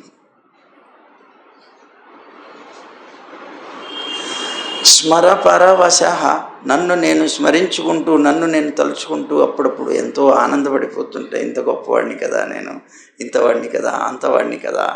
నేను చేసే చిన్న చిన్న కార్యాలు ఏవైనా లోకంలో ఒక్కళ్ళ చేత అయినా సరే ప్రశంసింపబడితే లోకం నన్ను ఎలా గుర్తిస్తుందో చూసా, ఎంతవాడినో తెలుసా అని ఎవరు అనకపోయినా తనలో తానే అనుకొని ఆనందిస్తాడు. స్మరపరవశః. వంచనపరః, లోకంలో యథార్థంగా నేను ఉండవలసినటువంటి స్థితిలో లేకపోయినా లోకంలో అందరినీ మోసం చేస్తూ ఉంటాను. వంచన చేయడమే నా జీవితం, అలా బ్రతుకుతూ ఉంటాను నేను. నృశంసః పాపిష్టః. ఎన్ని డిగ్రీలు ఉన్నాయండి, ఒకటా రెండా? ఇవన్నీ మనం ఎంతో కష్టపడి ఎన్నో జన్మల నుంచి సంపాదించుకున్న డిగ్రీ. స్వయంగా ఏ యూనివర్సిటీ మనకి ఇవ్వలేదు, కష్టపడి సంపాదించుకునే డిగ్రీస్. ఇవన్నీ ఎకరువు పెట్టాలి పరమాత్మ దగ్గర. మనం ఏమనుకుంటాం? మహాభక్తులం మనం. లోకంలో అందరూ నన్ను భక్తుడిగా గుర్తిస్తున్నారా లేదా? గుర్తించట్లేదు. వాడు అజ్ఞాని. గుర్తించాడు, మంచివాడు, తెలివి గలవాడు. ఇలా భావిస్తాం మనం. నువ్వు ఎప్పుడైతే నీ దగ్గర ఉన్నటువంటి ఒక గుణానికి ఏదైనా ఒకటి కోరుకున్నావు అంటే అది అంతటితో సరి అయిపోయింది. అసలు ఏది కోరకూడదు దాని నుంచి, అది సకామం అయిపోతుంది. నేను మహాభక్తుణ్ణి, లోకంలో నన్ను అందరూ గుర్తించాలి అనుకున్నాడంటే భక్తి పోయినట్టే వాడి. అది పెద్దల దగ్గర ఉండేటువంటి గొప్పతనం. అందుకే మహాభక్తులై అంత గొప్ప నిర్వహణ చేసేటువంటి పరాశర భట్టర్లు కూడా ప్రతిరోజు వెళ్ళి పరమాత్మ దగ్గర ఇలా నైత్యానుసంధానం చేసుకునేవారు. గొప్పతనం చెప్పేవారు కాదు. మహాప్రభు, నీకు నేను ఇక్కడ అంతా నేనే చూస్తున్నాను, నేను అధికారిని, ఇదిగో వీళ్ళు ఇలా చేశారు, వాళ్ళు అలా చేశారంటే వాళ్ళ తప్పులు చెప్పేవాళ్ళు కాదు, తమ తప్పులు వినిపించుకునేవారు, తమ దోషాలు వినిపించేవారు, ఎవరో తప్పులు చెప్పడం కాదు. అందువల్ల ఎప్పుడూ కూడా నిన్ను నువ్వు పరిశీలించుకుంటూ బ్రతకాలి, లోకాన్ని కాదు పరిశీలించవలసింది. లోకాన్ని పరిశీలిస్తే నీ దృష్టిని బట్టి లోకంలో అంతా చెడే కనిపిస్తుంది. ఎందుకంటే నీ మనసు చెడ్డది కనుక. అందుకని ఎప్పటికప్పుడు నిన్ను నువ్వు పరిశీలన చేసుకుంటూ ఉండాలి. ఈవేళ నేను విన్నాను ఈ గుణాలు ఉన్నాయి, ఈ గుణాల్లో నాలో ఉన్నటువంటి గుణాలు ఏమిటి, ఇవి అవి ఒకటేనా, ఒకవేళ లేకపోతే ఈ గుణం నా దగ్గర లేదు, ఇది ఉండాలి, ఓహో మంచి గుణం ఇది పెంపొందించుకోగలుగుతున్నామా లేదా, ఎంత మటుకు పెరిగింది అది. అసలు ఆ పరిశీలనే మన దగ్గర లేదు. మనం ఎలా ఉన్నాం, మనం ఎలా ఉండాలి, ఎలా ఉండాలని మనకి శాస్త్రం చెప్తోంది, ఆ ఉన్నటువంటి విధానంలో మనం బ్రతుకుతున్నామా లేదా అస్సలు మనం పరిశీలన చేసుకోం. మనకేమిటి అంటే ఒక అహంకారం, నేను ఎప్పుడు కరెక్ట్, నేనే కరెక్ట్, మిగిలిన వాళ్ళందరూ తప్పు. ముందు ఆ అనారోగ్యం పోవాలి, చాలా పెద్ద అనారోగ్యం అది. జన్మలు ఇచ్చేది అదే. నిన్ను నువ్వు ఎప్పుడూ దోషిగా భావన చేసుకుంటూ నీలో నువ్వు ఆ ఉన్నటువంటి దోషాలేమిటో కనిపెట్టుకుంటూ ఆయా దోషాలన్నింటినీ కూడా నువ్వు ఎలా పోగొట్టుకోవాలో పోగొట్టుకుంటూ నువ్వు కనుక జీవించగలిగితే ఈ ఒక్క జన్మ చాలు పరమాత్మను పొందడానికి. జన్మలు కూడా అవసరం లేదు.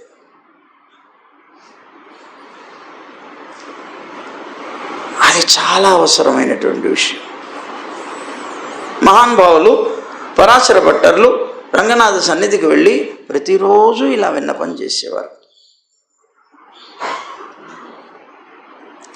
ఆచరణలో లేనటువంటి జ్ఞానం వృధా, గుర్తుపెట్టుకో. దానికి ఆ జ్ఞానానికి స్పందించినటువంటి హృదయం వేస్ట్. ఇప్పుడు ఉదాహరణకి ఇదో వీడియో తీస్తారు, ప్రవచనం అంతా వీడియో తీశారు,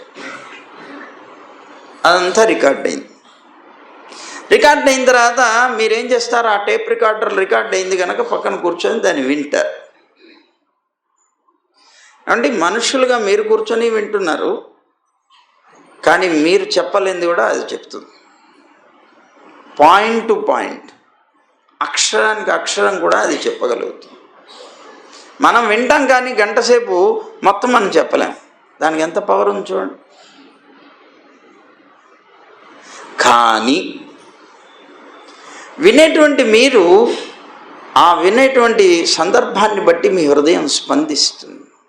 అది ఆనందకరమైనటువంటి విషయం అయితే ఆనందాన్ని పొందుతారు, దుఃఖకరమైనటువంటి విషయం అయితే దుఃఖం పడతారు, విచారించవలసినటువంటి విషయం అయితే విచారిస్తారు. ఇవన్నీ మన ముఖాల్లో కనిపిస్తాయి. కానీ ఈ భావాలన్నీ అరే టేప్ రికార్డులో కనిపిస్తాయా? కనిపించవు. టేప్ రికార్డులో ఏమీ కనిపించవు, వినిపిస్తుంది అంతే.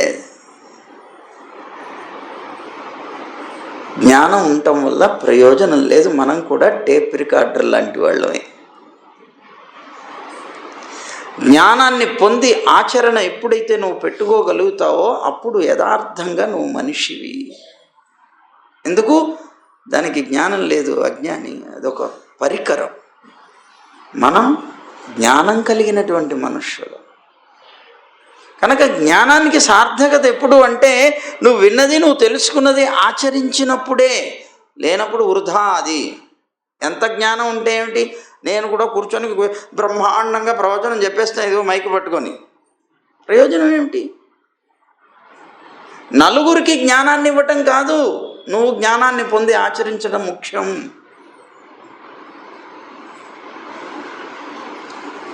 ముందు నిన్ను నువ్వు ఉద్ధరించుకో, తర్వాత లోకాన్ని ఉద్ధరించగలుగుతావు. ముందు నిన్ను నువ్వు ఉద్ధరించుకునేవాడివి, నువ్వు లోకాన్ని ఉద్ధరిస్తావు. ఉద్ధరేదాత్మనాత్మానం భగవద్గీతలో పరమాత్మ చెప్పాడు. ముందు నిన్ను నువ్వు ఉద్ధరించుకో, లోకాన్ని ఉద్ధరించగలుగుతావు. అంటే ముందు నీలో ఉన్న దోషాలని నువ్వు సరిచేసుకుంటూ ఉండు. ఆ తర్వాత నీకు దోషం ఏమిటో దాన్ని ఎలా సరిచేసుకోవాలో తెలుస్తుంది. ఎదుటివాడు ఎవడైనా అలాంటి దోషం చేస్తే వెంటనే వాడికి చెప్పి నాయన ఇలా సరి చేసుకొని ఉపాయాన్ని కూడా చెప్పగలుగుతావు. నువ్వు ఆచరిస్తూ ఉంటే నువ్వు చెప్పేటువంటి విషయాన్ని ఎదుటివాడు తప్పనిసరిగా వింటాడు. జ్ఞాపకం పెట్టుకో. నువ్వు ఆచరించి చెప్తే ఆ మాట ఎప్పుడు వ్యర్థం కాదు.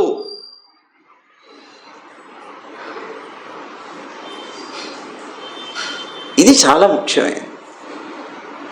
ఇదిగో ఇలాంటి గుణాలన్నీ ఆ స్వామి వెళ్ళి వారి దగ్గర విన్నపం చేశారట. రోజు అలవాటు వారికి. వీరు నిర్వాహకులు గనక నిర్వహణలో కొద్దిగా ఉండేటువంటి అనేక రకాల కొన్ని ప్రాబ్లమ్స్ వల్ల అక్కడ అర్చకుడు ఒక అతనికి వీరంటే పడేది కాదు.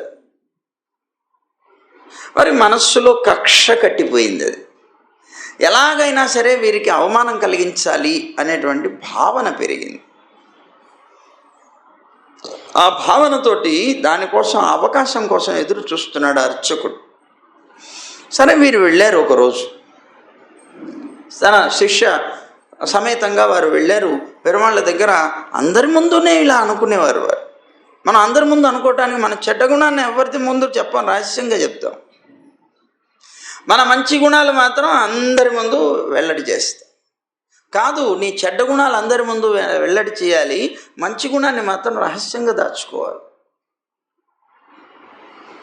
ఇక్కడ వీరు చేసిందండి, వారి శిష్యులు అంటే వారిని అనుసరించేవారు. వారి ఎదురుగా వారి తప్పులు చెప్పుకుంటారు. ఎవరైనా చెప్పుకుంటున్నారు. పెరుమాళ్ళ దగ్గర విన్నపం చేస్తున్నారు. ఇలాగా అద్భుతంగా అమర్యాద క్షుద్ర చలమతి రసూయా ప్రసవభూ అని చదువుతున్నారు. అర్చకుడు అక్కడే నిలబడ్డాడు. మంచి అవకాశం అనుకున్నాడు. వీరిని అవమానపరచడానికి మంచి అవకాశం ఇది అనుకున్నారు. అనుకొని అక్కడ నిలబడ్డాడు. వీరు అమర్యాద అనగానే సత్యమేవా అన్నాడు పక్కన నిలబడితాం. క్షుద్ర సత్యమేవా, ఏది చెప్పినా కూడా సత్యమేవా అంటే నిజమే నిజమే నిజమే, నేను అమర్యాదస్తుణ్ణి అని వీరు అనగానే నిజమే అంటున్నాడు. అవును, అమర్యాదస్తులే వీళ్ళు. ఇట్లా ప్రతిదానికి కూడాను సత్యమేవా సత్యమేవా సత్యమేవా అంటున్నాడు ఈయన. మొత్తం అయిపోయింది. పరమాత్మతో విన్నపం చేసుకున్నారు. చేసుకోగానే వెంటనే సాష్టాంగపడి ఎవరైతే సత్యమేవా సత్యమేవా అంటున్నారో ఆయన పాదాల మీద పడి పాదాలు నమస్కరించారట. ఎవరు? పరాశర భట్టరు. ఈయన కంగారు పడిపోయాడు. ఆయనకి నా మీద విపరీతమైన కోపం వచ్చేస్తుంది. నేను ఇంత గొప్పగా అవమానపరిచాను వాళ్ళ శిష్యులందరి ముందు. ఇలా అవమానంతో నా మీద తప్పనిసరిగా ఏదో ఇది చేస్తారు అని అనుకున్నాను. ఇదేమిటి నా కాళ్ళ మీద పడుతున్నాడు? స్వామి ఇదేమిటి మీరు ఇలాంటి పని చేస్తున్నారు? నా మీద కోపం రావాల్సిన మీరేమిటి నా పాదాల మీద పడుతున్నారు అన్నాడు. నాయనా, నీ మీద కోపం ఎందుకు వస్తుంది? నాకు నువ్వు మహోపకారకుడివయ్యా నాకు అన్నాడు. నేను ఉపకారం ఏం చేశాను? మిమ్మల్ని అందరి ముందు అవమానపరిచానే, అది ఉపకారం ఎలా అయింది? నా దోషం కదా అది అన్నాడు. లేదు లేదు, నీ దృష్టిలో అది దోషం, నా దృష్టిలో అది ఉపకారం అన్నాడు. ఏమిటి ఉపకారం నేను చేసింది? నాన్న, ఎన్ని జన్మల నుంచో ఈ గుణాలతో తిరుగుతున్నాను నేను. ఇవన్నీ రోగాలు నాకు. ఈ రోగాలతో కూడుకున్నటువంటి రోగిష్టి మారివాడిని నేను. అలాంటి రోగాలతో తిరుగుతూ అనేక జన్మలు జన్మలు జన్మలు జన్మలు తిరుగుతూ వస్తున్నాను. ఈవేళ తెలిసింది ఇక్కడ ఒక సూపర్ స్పెషాలిటీ హాస్పిటల్ ఉందని. ఎంతమంది వైద్యుల్ని కలిశానో, ఎంతమంది వైద్యులు నాకు ఇవి చేయడానికి అనేక రకాలుగా పరీక్షలు చేశారు, రిపోర్ట్లు ఇచ్చారు, ఎన్నెన్నో జరిగినాయి. కానీ నా రోగం మాత్రం కుదరలేదు.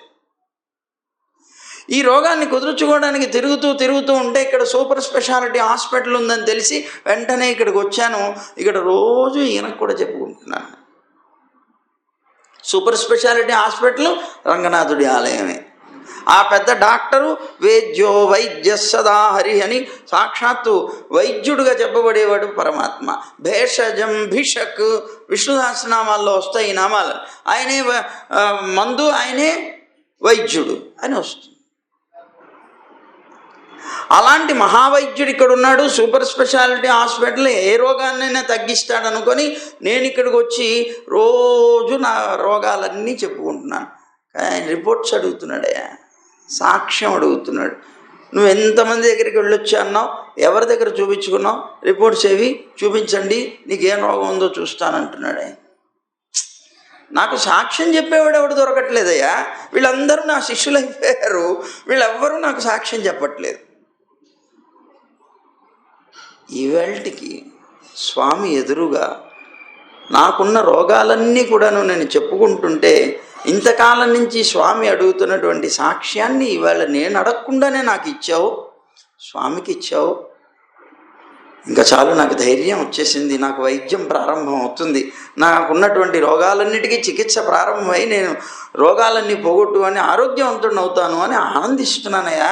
మరి నువ్వు కాకపోతే ఎవరు చేశారు ఈ ఉపకారాన్ని అన్నాడు. ఇంత మహోపకారం చేసినటువంటి నీకు నమస్కారం కాకపోతే తిట్లతో నిన్ను ఎలా సన్మానించాలన్నాడు. ఆశ్చర్యపోయాడు ఆయన. ఎంత మహానుభావులండి. ఇంత తిట్టినా, ఇంతమంది ముందు అవమానపరిచినా అవమానాన్ని అవమానంగా స్వీకరించకుండా ఇంకా పైగా దాన్ని మరల్చుకున్నారు. భాగవతంలో చెప్తారు ఈ విషయాన్ని. భాగవతోత్తముడైన వాడట ఎవరైనా ఏదైనా చెప్తే దాంట్లో నాకు ఉపయోగించేటువంటి మంచి ఏమున్నది అని ఆలోచించి దాన్ని అది చెడ్డదైనా కూడాను తన మంచి కోసంగా మరల్చుకొని ఎదుటివాడు ఎవడైనా సరే నీకు ఈ చెడ్డ పని చేశాడంటే నాకెక్కడ చేశాడు, వాడు మంచిగా చేశాడని చెప్పుకుంటారట. దాంట్లో చెడును చూడట, మంచిని చూస్తారు, తనకి ఎలా ఉపయోగపడుతుందో చూసుకుంటారు. అది ఉత్తమ గుణం అన్నమాట. ఇది శాంతం అంటే. అలాంటి శాంతం ఎవరి యొక్క మనస్సులో ఉంటుందో వాళ్ళకి సత్వగుణ ప్రధానులు అని గుర్తుపెట్టుకోవాలి. ఎవరి దగ్గరైతే ఈ సత్వగుణం తెల్లని రంగు ఎవరికైతే ఉంటుందో, ఏ మనస్సుకైతే ఉంటుందో ఆ మనస్సు ఏ కుండలో ఉన్నా సరే, అది ఎక్కడున్నా సరే వెళ్ళి వెతికి పట్టుకొనైనా సరే అనుభవిస్తాడు పరమాత్మ. ఇది మా కృష్ణుడి యొక్క తత్వం. ఇక రెండవది ఏం చెప్పుకున్నాం? సున్నితంగా ఉంటుంది వెన్న, నవనీతం, చాలా సున్నితంగా ఉంటుంది. సున్నితంగా ఉండేటువంటిది కావాలి హృదయం ఎప్పుడు కూడా. మనస్సు సున్నితమైంది కావాలి. మనస్సు సున్నితమైనటువంటి దానికి పేరేమిటి? దయ అంటారు. దయ. దయ అంటే అర్థం ఏమిటి? పరదుఃఖ అసహిష్ణుత్వం అని ఏమంటారు? పరదుఃఖ అసహిష్ణుత్వం. ఇతరుల యొక్క దుఃఖాన్ని చూసి సహించలేకపోవడం. వాళ్ళకి దుఃఖం కలిగితే నాకే కలిగిందని బాధపడ్డాం. ఇప్పుడు రాముడి యొక్క గుణం అదే. రాముడి యొక్క గుణాల గురించి చెప్తూ వాల్మీకి మహర్షి వ్యసనేషు మనుష్యానాం భృశం భవతి దుఃఖితః అంటాడు. ఎవరికైనా తన ప్రజల్లో ఉన్నటువంటి వాళ్ళు ఎవరికైనా సరే కష్టం కలిగితే వాళ్ళు బోరున ఏడుస్తూ ఉంటే రాముడు కూడా వాళ్ళ దగ్గరకు వచ్చి వాళ్ళకన్నా పెద్దగా ఏడ్చేవాడు. తన ఇంట్లో జరగలేదు, ఎవరింట్లోనో జరిగింది. తన పరిపాలనలో తన ప్రజలైనటువంటి వాళ్ళకి కష్టం కలిగితే, అంటే ఇతరులకు ఎవరికైనా కష్టం కలిగితే తనదిగా భావించి దుఃఖపడేటువంటి మనస్సు ఏదైనా ఉంటే దయ అంటారు దాన్ని. అదేమిటండి మరి ఏడిస్తే ఏడ్చాడు కానీ రాముడు వాళ్ళకన్నా పెద్దగా ఎందుకు ఏడవాలండి అన్నారు. ఎందుకు ఏడవాలంటే వెళ్ళిన తర్వాత వాళ్ళు దుఃఖపడుతున్నారనుకోండి, నాన్న ఏడవకమ్మా ఏడవకమ్మా, ఇవన్నీ వస్తుంటాయి వాడు ఏడుపు పెరుగుతుంది. వాడిని సముదాయించడానికి ప్రయత్నం చేస్తే దుఃఖం పెరుగుతుంది. అదే కనుక వాళ్ళకన్నా ఎక్కువ ఏడ్చాడు అనుకోండి, వీళ్ళు ఆపేసి పాపం ఆయన దుఃఖాన్ని పోగొట్టే ప్రయత్నం చేస్తారు. నన్ను ఏడవకు ఏడవకు, ఇవన్నీ సామాన్యం అని వాళ్ళు తెలుసుకున్న తర్వాత అప్పుడు రాముడు వెళ్ళిపోయాడు. అంటే ఎదుటి వాళ్ళ యొక్క దుఃఖాన్ని చూసి సహించలేనటువంటి తత్వానికి దయ అని. పర దుఃఖ అసహిష్ణుత్వం, అది మృదుత్వం అంటే. అయితే రామానుజుల వారు ఒక మాట అన్నారు, అబ్బాయి ఇతరుల యొక్క దుఃఖాన్ని చూసి సహించలేకపోవడం దయే, కానీ దానికి ఇంకో విశేషణం కూడా తగిలించాలన్నారు. ఏమిటా విశేషణం అని? స్వార్థ నిరపేక్ష అన్నారు. స్వార్థ నిరపేక్ష పరదుఃఖ అసహిష్ణుత్వం అని చెప్పాలి అన్నారు. ఇదేమిటండి? ఇతరుల యొక్క దుఃఖాన్ని సహించలేకపోవడంలో స్వార్థ నిరపేక్ష అంటే స్వార్థం లేకుండా అని అర్థం. ఇతరుల యొక్క దుఃఖాన్ని చూసి సహించలేకపోవడంలో స్వార్థం ఏముంటుంది? ఇక్కడ స్వార్థ నిరపేక్ష అని ఎందుకు పెట్టారు అంటే, బాబు ఉంటుందిరా నాన్న. ఏమిటి అని అంటే, ఒకటికి ఎవడికో 1,00,000 రూపాయలు పోయి బోరున ఏడుస్తున్నాడు వాడు. పాపం చూసినటువంటి ఒక వ్యక్తి వెళ్ళిపోయి వాడితో పాటు కూర్చొని వాడితో బోరున ఏడుస్తున్నాడు. ఎవరో వచ్చి ఇంకోతన్ని అడిగాడు, ఎందుకురా బాబు వాళ్ళు ఏడుస్తున్నారని. ఆ పక్కనున్నాడే, అతనికి 1,00,000 రూపాయలు పోయాయి, అందుకని నువ్వు ఏడుస్తున్నాడని. సరే, వాడికి 1,00,000 రూపాయలు పోయి ఏడుస్తున్నాడు, వీడెందుకు ఏడుస్తున్నాడు అన్నాడు. పాపం దయ కాబోసు, వాడిని చూస్తే వాడి దుఃఖాన్ని చూసి సహించలేక పాపం వీడు కూడా ఏడుస్తున్నాడు కాబోసు అంటే పక్క అన్నాడు, నా మొహం ఏమీ లేదు, అది ఆ 1,00,000 రూపాయలు వీడి 10,000 కూడా ఉన్నాయన్నాడు. ఆ 1,00,000 రూపాయల్లో వీడి 10,000 కూడా ఉన్నాయి, అందుకని ఏడుస్తున్నాడు వాడు, అంత మించి ఇంకేం లేదన్నాడు. అంటే ఆ ఏడుపులో కూడాను స్వార్థం ఉండకూడదు. ఇతరుల యొక్క కష్టాన్ని చూసి సహించలేక ఇవాళ మన వాళ్ళందరూ కూడాను డబ్బులు కూడా ఇచ్చి ఏడ్చొస్తుంటారు. డబ్బులు ఇచ్చి ఏడ్చి రావడం ఏంటండి? సినిమాలకు వెళ్ళి టికెట్ కొనుక్కొని, మరి డబ్బులు పెట్టి టికెట్ కొనుక్కొని అక్కడ అనేక రకాలుగా వాళ్ళ జేబులు ఖాళీ చేసుకొని ఇంత చేసి వచ్చింది ఏమిటి అంటే బోరున ఏడ్చి రావడం. ఎందుకు ఏడ్చాడయా? కనిపించేది నాటకం తెలుసు వాడికి. వాడినెవడనో వీడు కొట్టాడనో, వీడినెవడో వాడు ఏదో తిట్టాడనో, ఏదో వాడు ఏడుస్తుంటే వీడు ఏడుస్తాడు. వాళ్ళ హృదయాలు ఇంకా ఎక్కువ అన్నమాట. అది డబ్బులు ఇచ్చి కూడా ఏడ్చొచ్చేటువంటి హృదయాలు. మొత్తం మీద దయ అనేటువంటి గుణం చాలా ముఖ్యమైనటువంటి. ఇతరుల యొక్క దుఃఖాన్ని చూసి సహించలేకపోవటం. కానీ ఈ లోకంలో మనం చూస్తున్నాం, ఎవడైనా పక్కవాడు ఏడుస్తుంటే మనకెందుకని పోయేవాడు ఎక్కువ ఉన్నారు.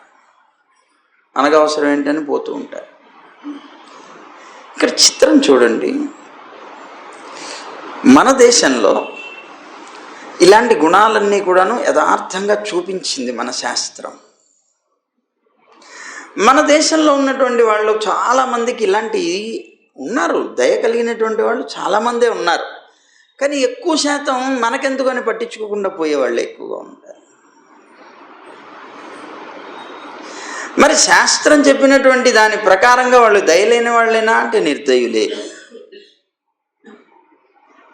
కనుక ఎవరి యొక్క మనస్సుకి దయ అనేటువంటి గుణం ఉంటుందో, ఇతరుల యొక్క దుఃఖాన్ని చూసి సహించలేనటువంటి స్థితి ఉంటుందో, ఆ మనస్సు అని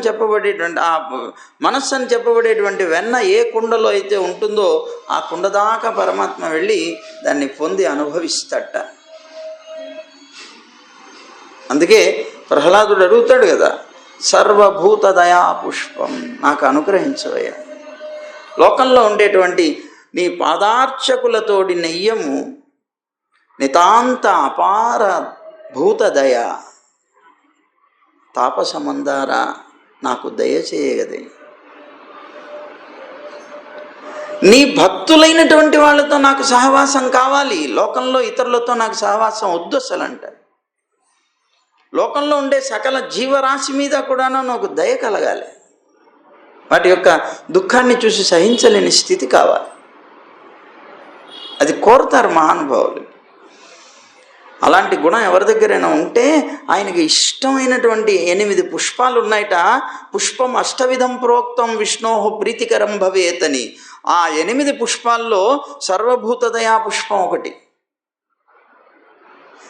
సకల జీవరాశి యందు కూడా దయ కలిగి ఉండేటువంటి పుష్పం పరమాత్మకి అత్యంత ప్రియమైనటువంటిది.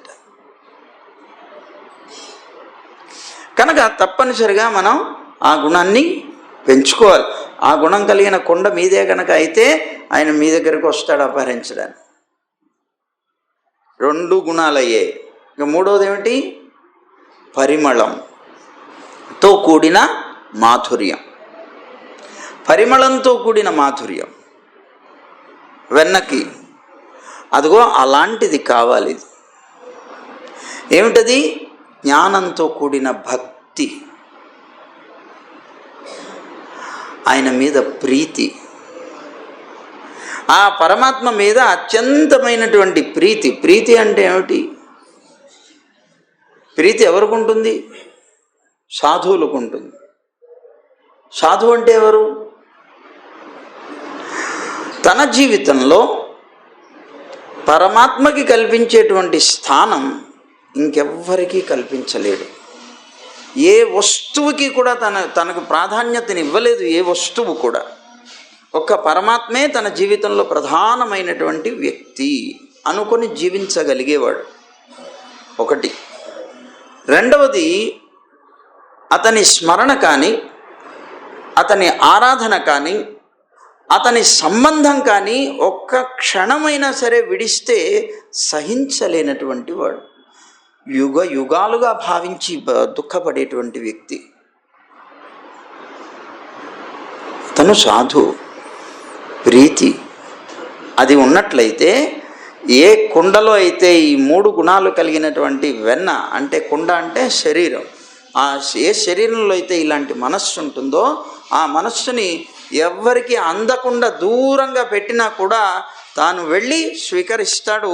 అలా స్వీకరించేటప్పుడు ఎవడైనా అడ్డుపడ్డా చితక్కొడతాడు. ఇవాళ చూడండి, లోకంలో కూడా వాళ్ళ అదృష్టమో అది మీ భాగ్యమో తెలియదు. పిల్లలకి ఎవరికైనా భగవంతుడి యందు ప్రీతి కలిగింది అనుకోండి, తల్లిదండ్రులు విలవిలలాడిపోతారు. ఎంత అల్లల్లాడిపోతారో! ఎందుకు అల్లల్లాడిపోతారు? వేరే ఈ వయసులో నీకేమిట్రా ఇదంతాను, ఈ వయసులో ఏమిటి నీకు, ఎప్పుడో పోవాల్సినటువంటి రోజుల్లో అప్పుడు చేసుకోవాలి, ఇవన్నీ ఏంటి అంటూ వాడిని చెడగొట్టే ప్రయత్నం చేస్తారు.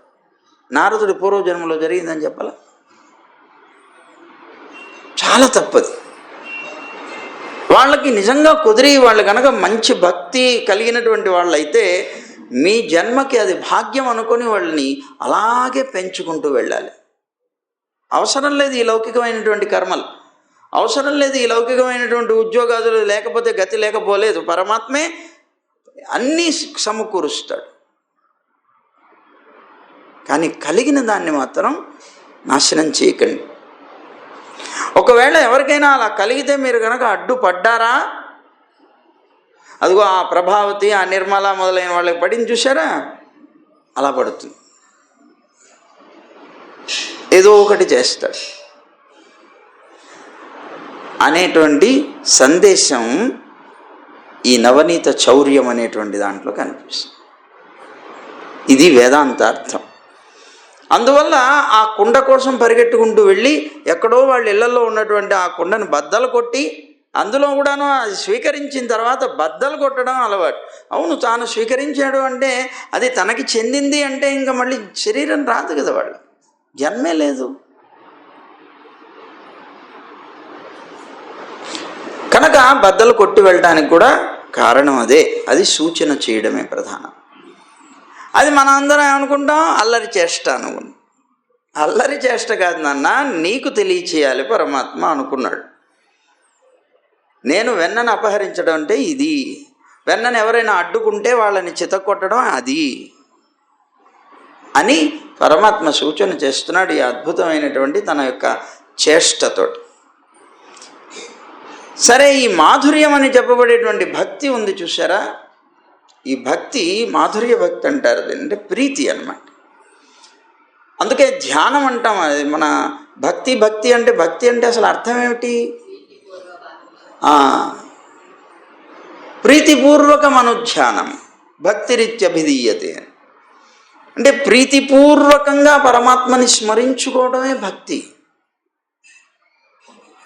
ఏదో బలవంతంగా ఎవరో ఏదో చెప్పారు కనుక నేను స్మరించుకోవడం కాదు.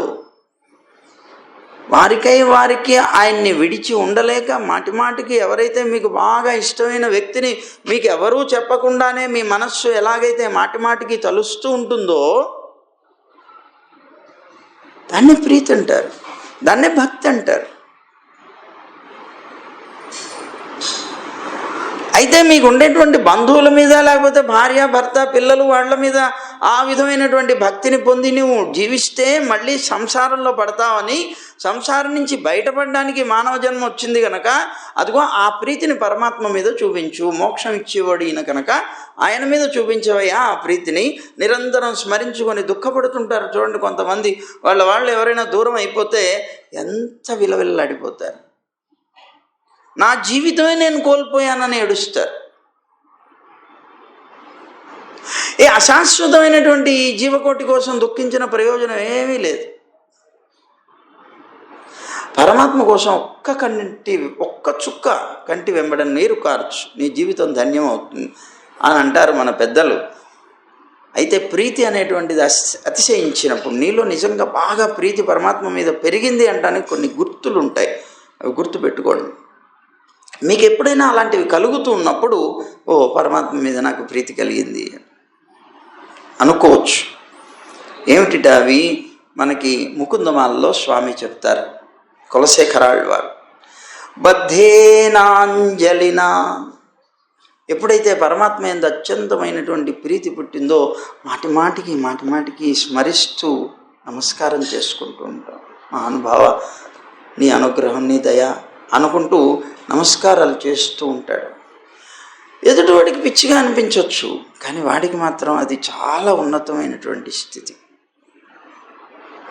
బద్ధేనాంజలిన నతేన శిరసా, ఎప్పుడైనా భగవంతుడికి సంబంధించినటువంటి విషయాన్ని వింటూ ఉంటే ఆహా ఎంత ఆనందం ఎంత ఆనందం అని తలలూపుతూ ఉంటాడు, ఆనందిస్తూ ఉంటాడు. ఇవాళ రోజుల్లో రోడ్డు మీద బైక్ మీద వెళుతూ ఇట్లా అనుకుంటూ వెళుతుంటారు. వీడు ఒక్కడే ఉన్నాడు కదా, వీడేమిటి ఇలా తిప్పుతుంటున్నాడు తలకాయని, పిచ్చేమో అనుకునే వాళ్ళం. మొదట్లో మాకు తెలియదు, తర్వాత చెప్పారు చెవుల్లో ఏదో పెట్టుకుంటారండి, పాటలు వింటుంటారండి. వాళ్ళు పాటలు వింటూ ఉంటారు, దానివల్ల వింటూ వాటికి కాదు నీ తల తిరగవలసింది భగవంతుని యొక్క అద్భుతమైనటువంటి గానానికి, సంకీర్తనకి, వారి యొక్క కథలు వింటున్నప్పుడు దానికి నతేన శిరసా, అంటే నా తలకాయ దానికి కూడా తిరుగుతోంది కనుక నాకు ఈ గుణం వచ్చేసినట్టే అనుకోకండి, దాని మీద నీకు ప్రీతి పెరిగిందని అర్థం. భగవంతుని కథలు వింటున్నప్పుడు నీ తలకాయ కనుక అలా తిరిగింది అంటే తప్పనిసరిగా గుర్తుపెట్టుకో, భగవంతుడి మీద నీకు ప్రీతి పుడుతోంది. గాత్రైః సరోమోద్గమైః, ఏదైనా అద్భుతమైనటువంటి భగవంతుడి యొక్క విషయం వింటుంటే ఒంటి మీద వెంట్రుకలు నిక్కపొడుచుకుంటాయి. మనం చూడండి, ఏదైనా ఆశ్చర్యకరమైనటువంటి విషయం వింటే ఒక్కసారి ఒళ్ళు జలధరిస్తుంది, ఒంటి మీద వెంట్రుకలు నిక్కపొడుచుకుంటాయి. ఎప్పుడైనా భగవంతుడి గురించినటువంటి అద్భుతమైనటువంటి విషయాలు వింటున్నప్పుడు మనకు కనుక ఈ వికారం జరిగితే భగవంతుడి మీద మనకి ప్రీతి కలుగుతుంది అని గుర్తించవచ్చు. కంఠేన స్వరగద్గదేన, పరమాత్మకి సంబంధించినటువంటి గానం చేస్తూ ఉన్నా లేదా ఆయన గురించినటువంటిది ఏదైనా చెప్తూ ఉన్నా మన యొక్క కంఠంలో గద్గదం రావాలి, వణుకు వచ్చేస్తుంది, నోట్లో నుంచి మాట పెగలదు. ఒక మంచి ఆనందకరమైనటువంటి విషయం కానీ దుఃఖకరమైనటువంటి విషయం కానీ మనం సడన్గా విన్నాము అంటే వెంటనే అలా అయిపోతాం నెక్స్ట్లో. ఏదైనా మాట్లాడాల్సి వచ్చినా మన నోట్లోంచి మాట రాదు, వణుకుతుంది. అది ఆనందానికి వస్తుంది, దుఃఖానికి వస్తుంది. ఇక్కడ పరమాత్మ యొక్క విషయాన్ని వింటూ ఉన్నప్పుడు రెండు రకాలుగా కూడా రావచ్చు. భగవత్ సంబంధమైనటువంటి ఆ కథని వింటున్నప్పుడు వచ్చే ఆనందం చేత కూడా మనకి కంఠం గద్గదం అయిపోతుంది, నోట్లో నుంచి మాట రాదు, ఏమీ చెప్పలేము. కానీ ఆ పరమాత్మని ఇంకా పొందలేదని మన మనస్సుకి జ్ఞాపకం వచ్చి, అయ్యో మనం ఇక్కడ ఈ లోకంలో పడున్నాం, అలాంటి పరమాత్మని పొందకుండా పడున్నాం అన్నప్పుడు ఒక్కసారి దుఃఖం పెళ్ళుబికి వస్తుంది. ఆ దుఃఖం వచ్చినప్పుడు కూడా మన నోట్లోంచి మాట రాదు. కంఠేన స్వరగద్గదేన. ఎప్పుడైతే ఇలాంటి వికారాలన్నీ వచ్చాయో మీకు తెలియకుండానే మీ కళ్ళ వెంబడలా ధారాపాతంగా నీరు వచ్చేస్తుంది. నయనేన ఉద్గీర్ణ బాష్పాంబున. కళ్ళ వెంబడి నీళ్ళు వచ్చేస్తాయి. ఆయన్ని తలుచుకుంటూ ఉంటేనే చాలు, ఆ నామాన్ని స్మరిస్తూనే ఉంటే చాలు, అలా పరుగులెత్తుకుంటూ వస్తాయి. ఎవరైనా ఒక తల్లిదండ్రులకి పిల్లవాడు ఎవరైనా దూరం అయ్యాడు అనుకోండి, వాళ్ళు చూడండి, తలుచుకొని ఆ పేరు అంటేనే చాలు వాళ్ళకు పెళ్ళిబుకొని వచ్చేస్తుంది. మనం పరమాత్మ యొక్క వియోగంలో ఉన్నాం. ఆయనకు మనకి దూరంగా ఉన్నాడు. ఆ దూరంగా ఉన్నటువంటి ఆ పరమాత్మని తలుచుకున్నప్పుడు యథార్థమైనటువంటి ప్రియమైనటువంటి బంధువు ఆయన్ని మనం తలుచుకున్నప్పుడు మన మనస్సు విపరీతమైనటువంటి దుఃఖాన్ని పొందాలి. వియోగంలో ఉండేటువంటి దుఃఖం,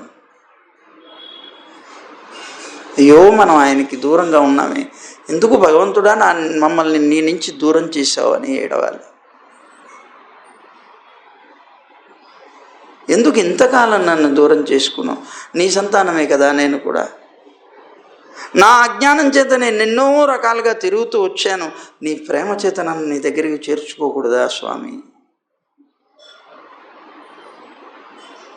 అని పెద్దలందరూ కూడా దుఃఖపడ్డారు. ఆళ్ళవార్లు కూడా అన్నారు, నమ్మాళ్ళవార్లు కూడా. కూవిక్కొళ్ళుం కాలం ఇన్నంకురుగాదో. ఏమయ్యా, పిలుచుకొని స్వీకరించేటువంటి కాలం ఇంకా నాకు సమీపించలేదా? ఎంతకాలం అయ్యా, ఎన్నాళ్ళు యానున్నయ్యి నీ వందు కూడువను, ఏనాడయ్యా ఇంకా నిన్నొచ్చి నేను చేరేది? ఆయన మీద ప్రీతి పెరిగినప్పుడు, ఆయన్ని విడిచి ఉండలేనటువంటి స్థితి మనస్సు పొందినప్పుడు ఆయన యొక్క వియోగాన్ని తట్టుకోలేక అగ్నిగుండంలో ఉన్నట్లుగా ఉంటుంది. అది నిరంతరం ధారాపాతంగా కంటి వెంబడి నీటిని ఇస్తూనే ఉంటుంది.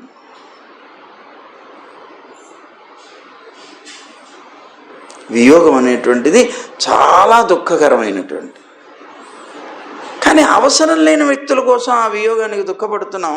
అసలు నిజమైన సంబంధం అయినటువంటి పరమాత్మ యొక్క వియోగానికి ఎవ్వరూ ఆలోచించట్లేదు. నయనేన. ఎప్పుడైనా భగవంతుణ్ణి తలుచుకోగానే భగవంతుణ్ణి పొందలేదనే భావన మీలో కలగగానే మీ కళ్ళ వెంబడి నీళ్లు కనుక కారాయి అంటే వెంటనే గుర్తుపట్టచ్చు, ఓ మన మనస్సు పరమాత్మ మీద ప్రీతిని పొందబోతుంది.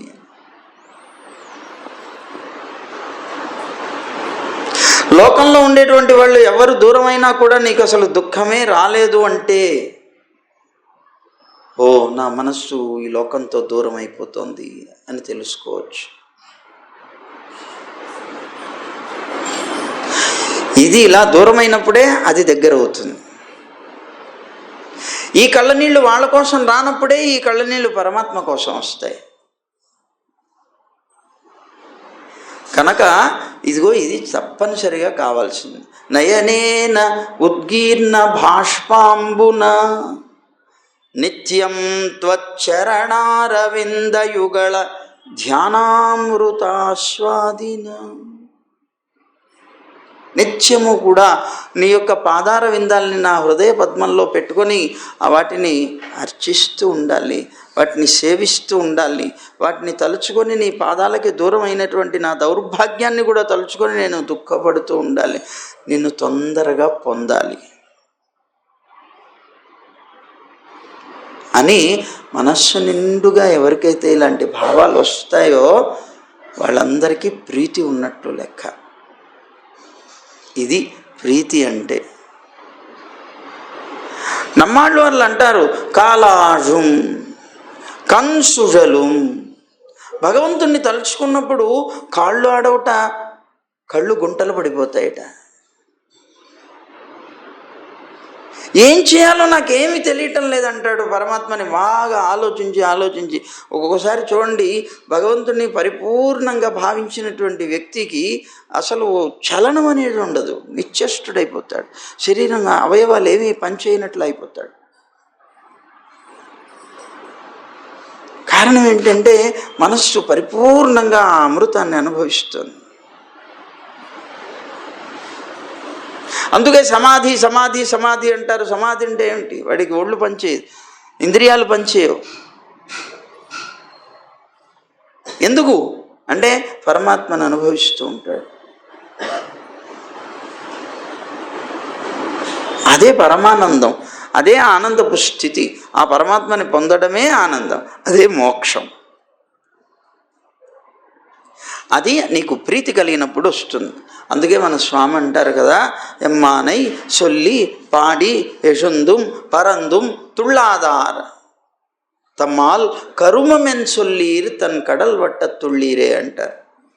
ఈ సముద్రాల చేత చుట్టబడినటువంటి ఈ లోకంలో పుట్టినటువంటి వ్యక్తికి ఎమ్మానై సొల్లి పాడి యశుందుం పరందుం తుళ్ళాదార్, నా యొక్క ఉపకారకుడైనటువంటి, మనకు ఉపకారకుడైనటువంటి ఆ పరమాత్మ ఎవరైతే ఉన్నారో ఆయన యొక్క నామాన్ని నూరారా చెప్పి కీర్తించి, ఆ కీర్తన వల్ల ఉన్న చోట ఉండలేక యశుందుం కూర్చున్నవాడు డబుక్కని లేచిపోతాడు ఆ పరమాత్మ యొక్క ఆనందంతో.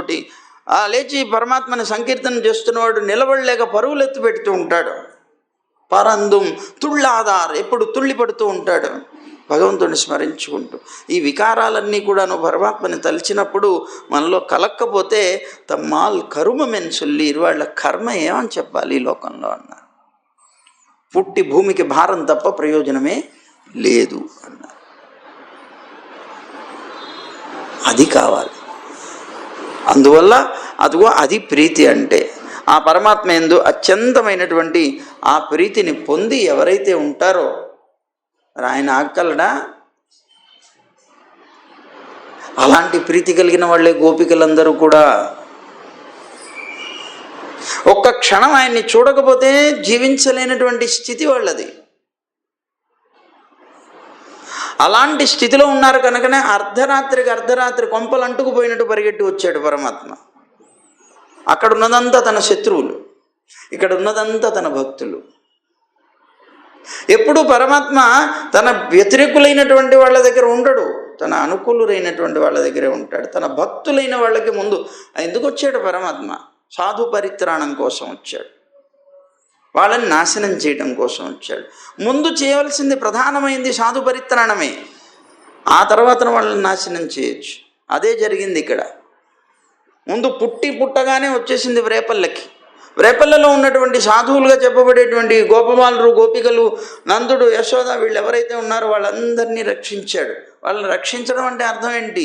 ఆ రాక్షసుల నుంచి రక్షించడం కాదు. వాళ్ళకి ఏదైతే కావాలో అది ఇచ్చాడు.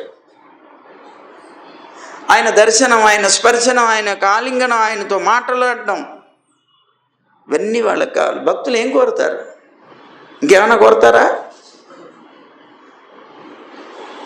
నన్ను బ్రహ్మం చేయి, నా ఇంద్రుణ్ణి చేయి, ఎవడు కోరడు.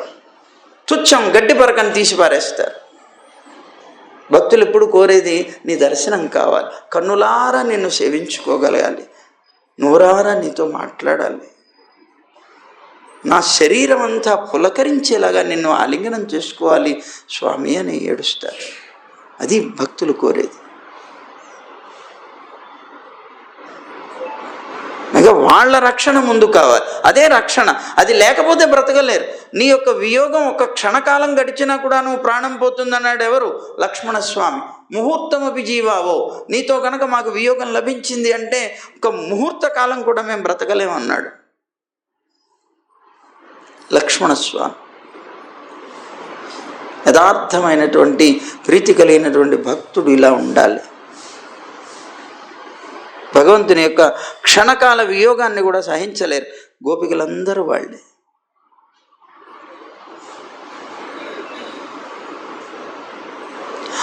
గో గోభిః పిబతి. ఇంద్రియాలతో పరమాత్మ యొక్క ఆ ఆనంద అనుభవ రసాన్ని తాగేటువంటి వాళ్ళు కనుక వాళ్ళకి గోపి అని పేరు వచ్చింది. గోపి అంటే అర్థం ఏంటి? గో శబ్దానికి ఇంద్రియాలని అర్థం. ఆ ఇంద్రియాల చేత పరమాత్మ యొక్క అద్భుతమైనటువంటి ఆ మాధుర్యం ఆనంద రసాన్ని గ్రోలేటువంటి వాళ్ళు కనుక గోపి అని. ప్రతి ఇంద్రియం చేత, ఇంద్రియాల చేత అంటే అన్ని ఇంద్రియాల చేత కూడా అనుభవించేటువంటి వాళ్ళు, అందువల్ల వాళ్ళకి గోపి అని పేరు వచ్చింది. అలాంటి ఆ గోపికలందరూ కూడా ఒక్క క్షణం గోప బాలురు, నందుడు, యశోద తట్టుకోలేనటువంటి జీవితం గడిపేవారు. అందుకని వాళ్ళని రక్షించడం కోసం, వాళ్ళకు కావలసిన దర్శనాన్ని స్పర్శనాన్ని ఇవ్వడం కోసం అని పరమాత్మ పరిగెట్టుకుంటూ వచ్చాడు. అర్ధరాత్రి ఏమైపోయింది? ఆ మాయాబజార్ ఏదో పొద్దునే సృష్టించవచ్చు కదా, కాదన్నదేవాడు. ఆయన చేతుల్లోది అంతా. పుట్టగానే పరిగెట్టుకుంటూ రావాల్సిన అవసరం ఏమి? ముందు వాళ్ళ రక్షణ ప్రధానం. చంపడానికి ఏముంది? ఇవాళ కాకపోతే రేపైనా చంపచ్చు.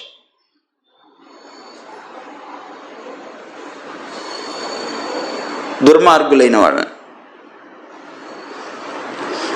అది ప్రధానమైనటువంటి. అందువల్ల ఆ విధమైనటువంటి మనస్సు ఎక్కడైతే ఉంటుందో, అందుకే కృష్ణుడికి ఏం తక్కువ కాదు. వాళ్ళ ఇళ్ళలో ఏం పాలు పెరుగు వెన్న లేక కాదు వీళ్ళ ఇళ్ళకు వెళ్ళేది. అంతటి భక్తులైనటువంటి వాళ్ళ స్పర్శ తగిలినటువంటి వస్తువు అంటే ఆయనకి మహాప్రీతి. పత్రం పుష్పం ఫలంతోయం యోమే భక్త్యా ప్రయచ్చతి. ఎవరైనా అడుగుతున్నాడు తాను భక్తితోటి ప్రీతితోటి ఎవరైనా పత్రం పుష్పం ఫలంతోయం, ఒక ఆకు కానీ పుష్పంగా పువ్వు కానీ నీరు కానీ ఏది ఇచ్చినా కూడా నేను స్వీకరిస్తానన్నాడు. అంత ప్రీతి ప్రయతాత్మన, నాకు ఎంతో ప్రీతికి లభించినటువంటి వస్తువులాగా నేను స్వీకరిస్తానన్నాడు. అంత అద్భుతమైనటువంటి ప్రీతి పరమాత్మకి వారి చేత స్పృశింపబడినటువంటి వస్తువు. వారు భక్తులు, వారికి పరమాత్మ యందు ప్రీతి ఉన్నది. ఆ ప్రీతి కలిగినటువంటి వారి యొక్క కరస్పర్శ తగిలినటువంటి ఆ వస్తువు అంటే తనకి ప్రీతి. అందుకోసమే వీళ్ళ ఇంటికి వచ్చి దొంగ అని పేరు పడ్డా కూడాను వాళ్ళ దగ్గర నుంచి అపహరించుకుని వెళ్ళాడు. ఊరికే వస్తాడా పరమాత్మ?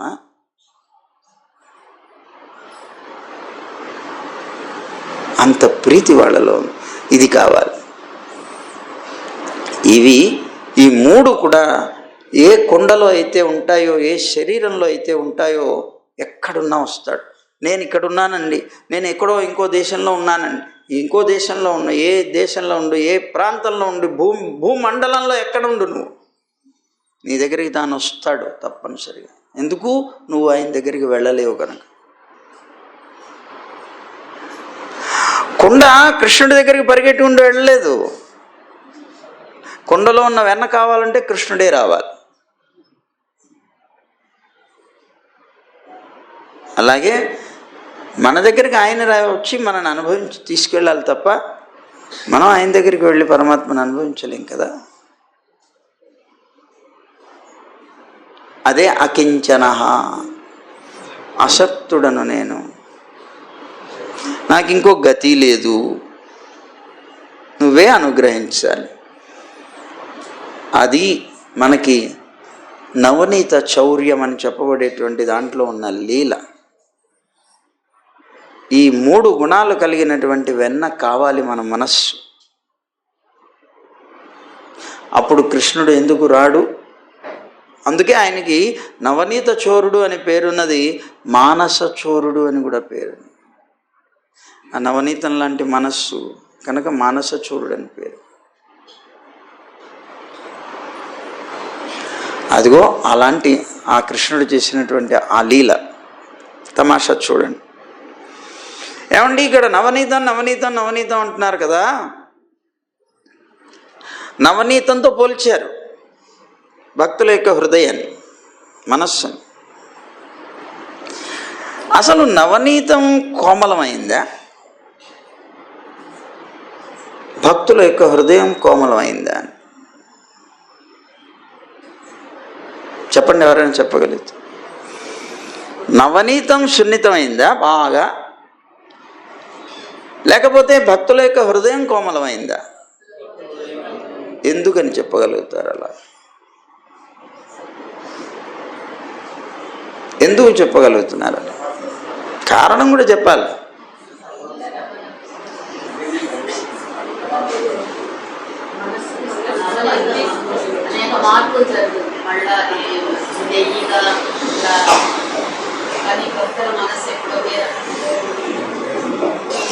కాదు, చెప్తాను, జాగ్రత్తగా వినండి. భక్తుల యొక్క హృదయమే కోమలమైంది. ఎందుకు? దీనికన్నా ఎక్కువ కోమలత. కారణం ఏమిటి అని అంటే,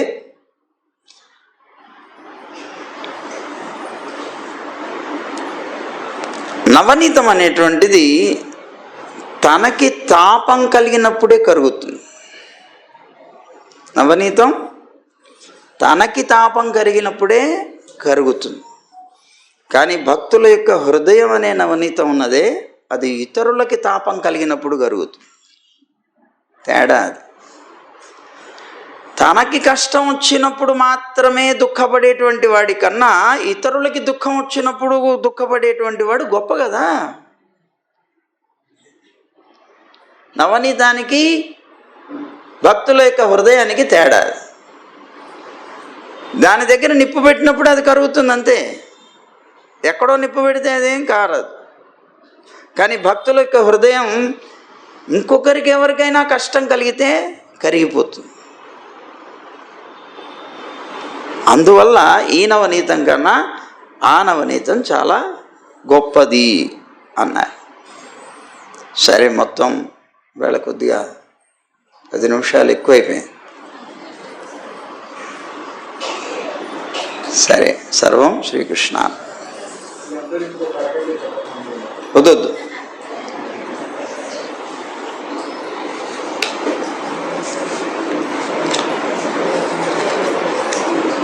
గోవింద జయ జయ గోపాల జయ జయ, రాధారమణ హరి గోవింద జయ జయ, గోవింద జయ జయ గోపాల జయ జయ,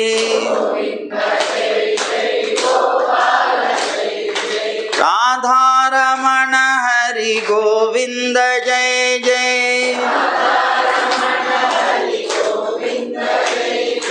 గోదారమణ హరి గోపాల జయ జయ, గోవింద గోవింద గోవింద జయ జయ,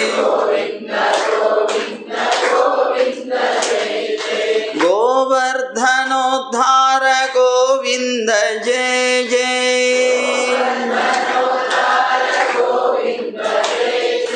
గోపీ మనోహర ముకుంద జయ జయ,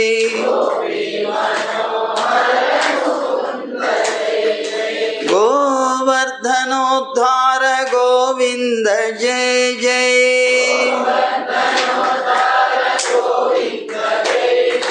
గోపీ మనోహర ముకుంద జయ జయ,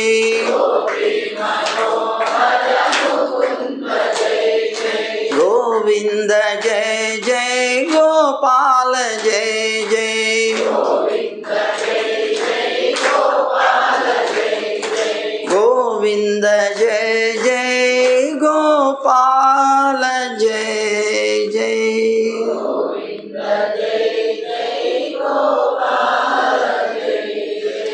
జై గోవింద, జై జై గోవింద, జై జై జై గోవింద, జై శ్రీమన్నారాయణ, జై జై శ్రీమన్నారాయణ, జై జై జై శ్రీమన్నారాయణ. సర్వం శ్రీకృష్ణార్పణమస్తు.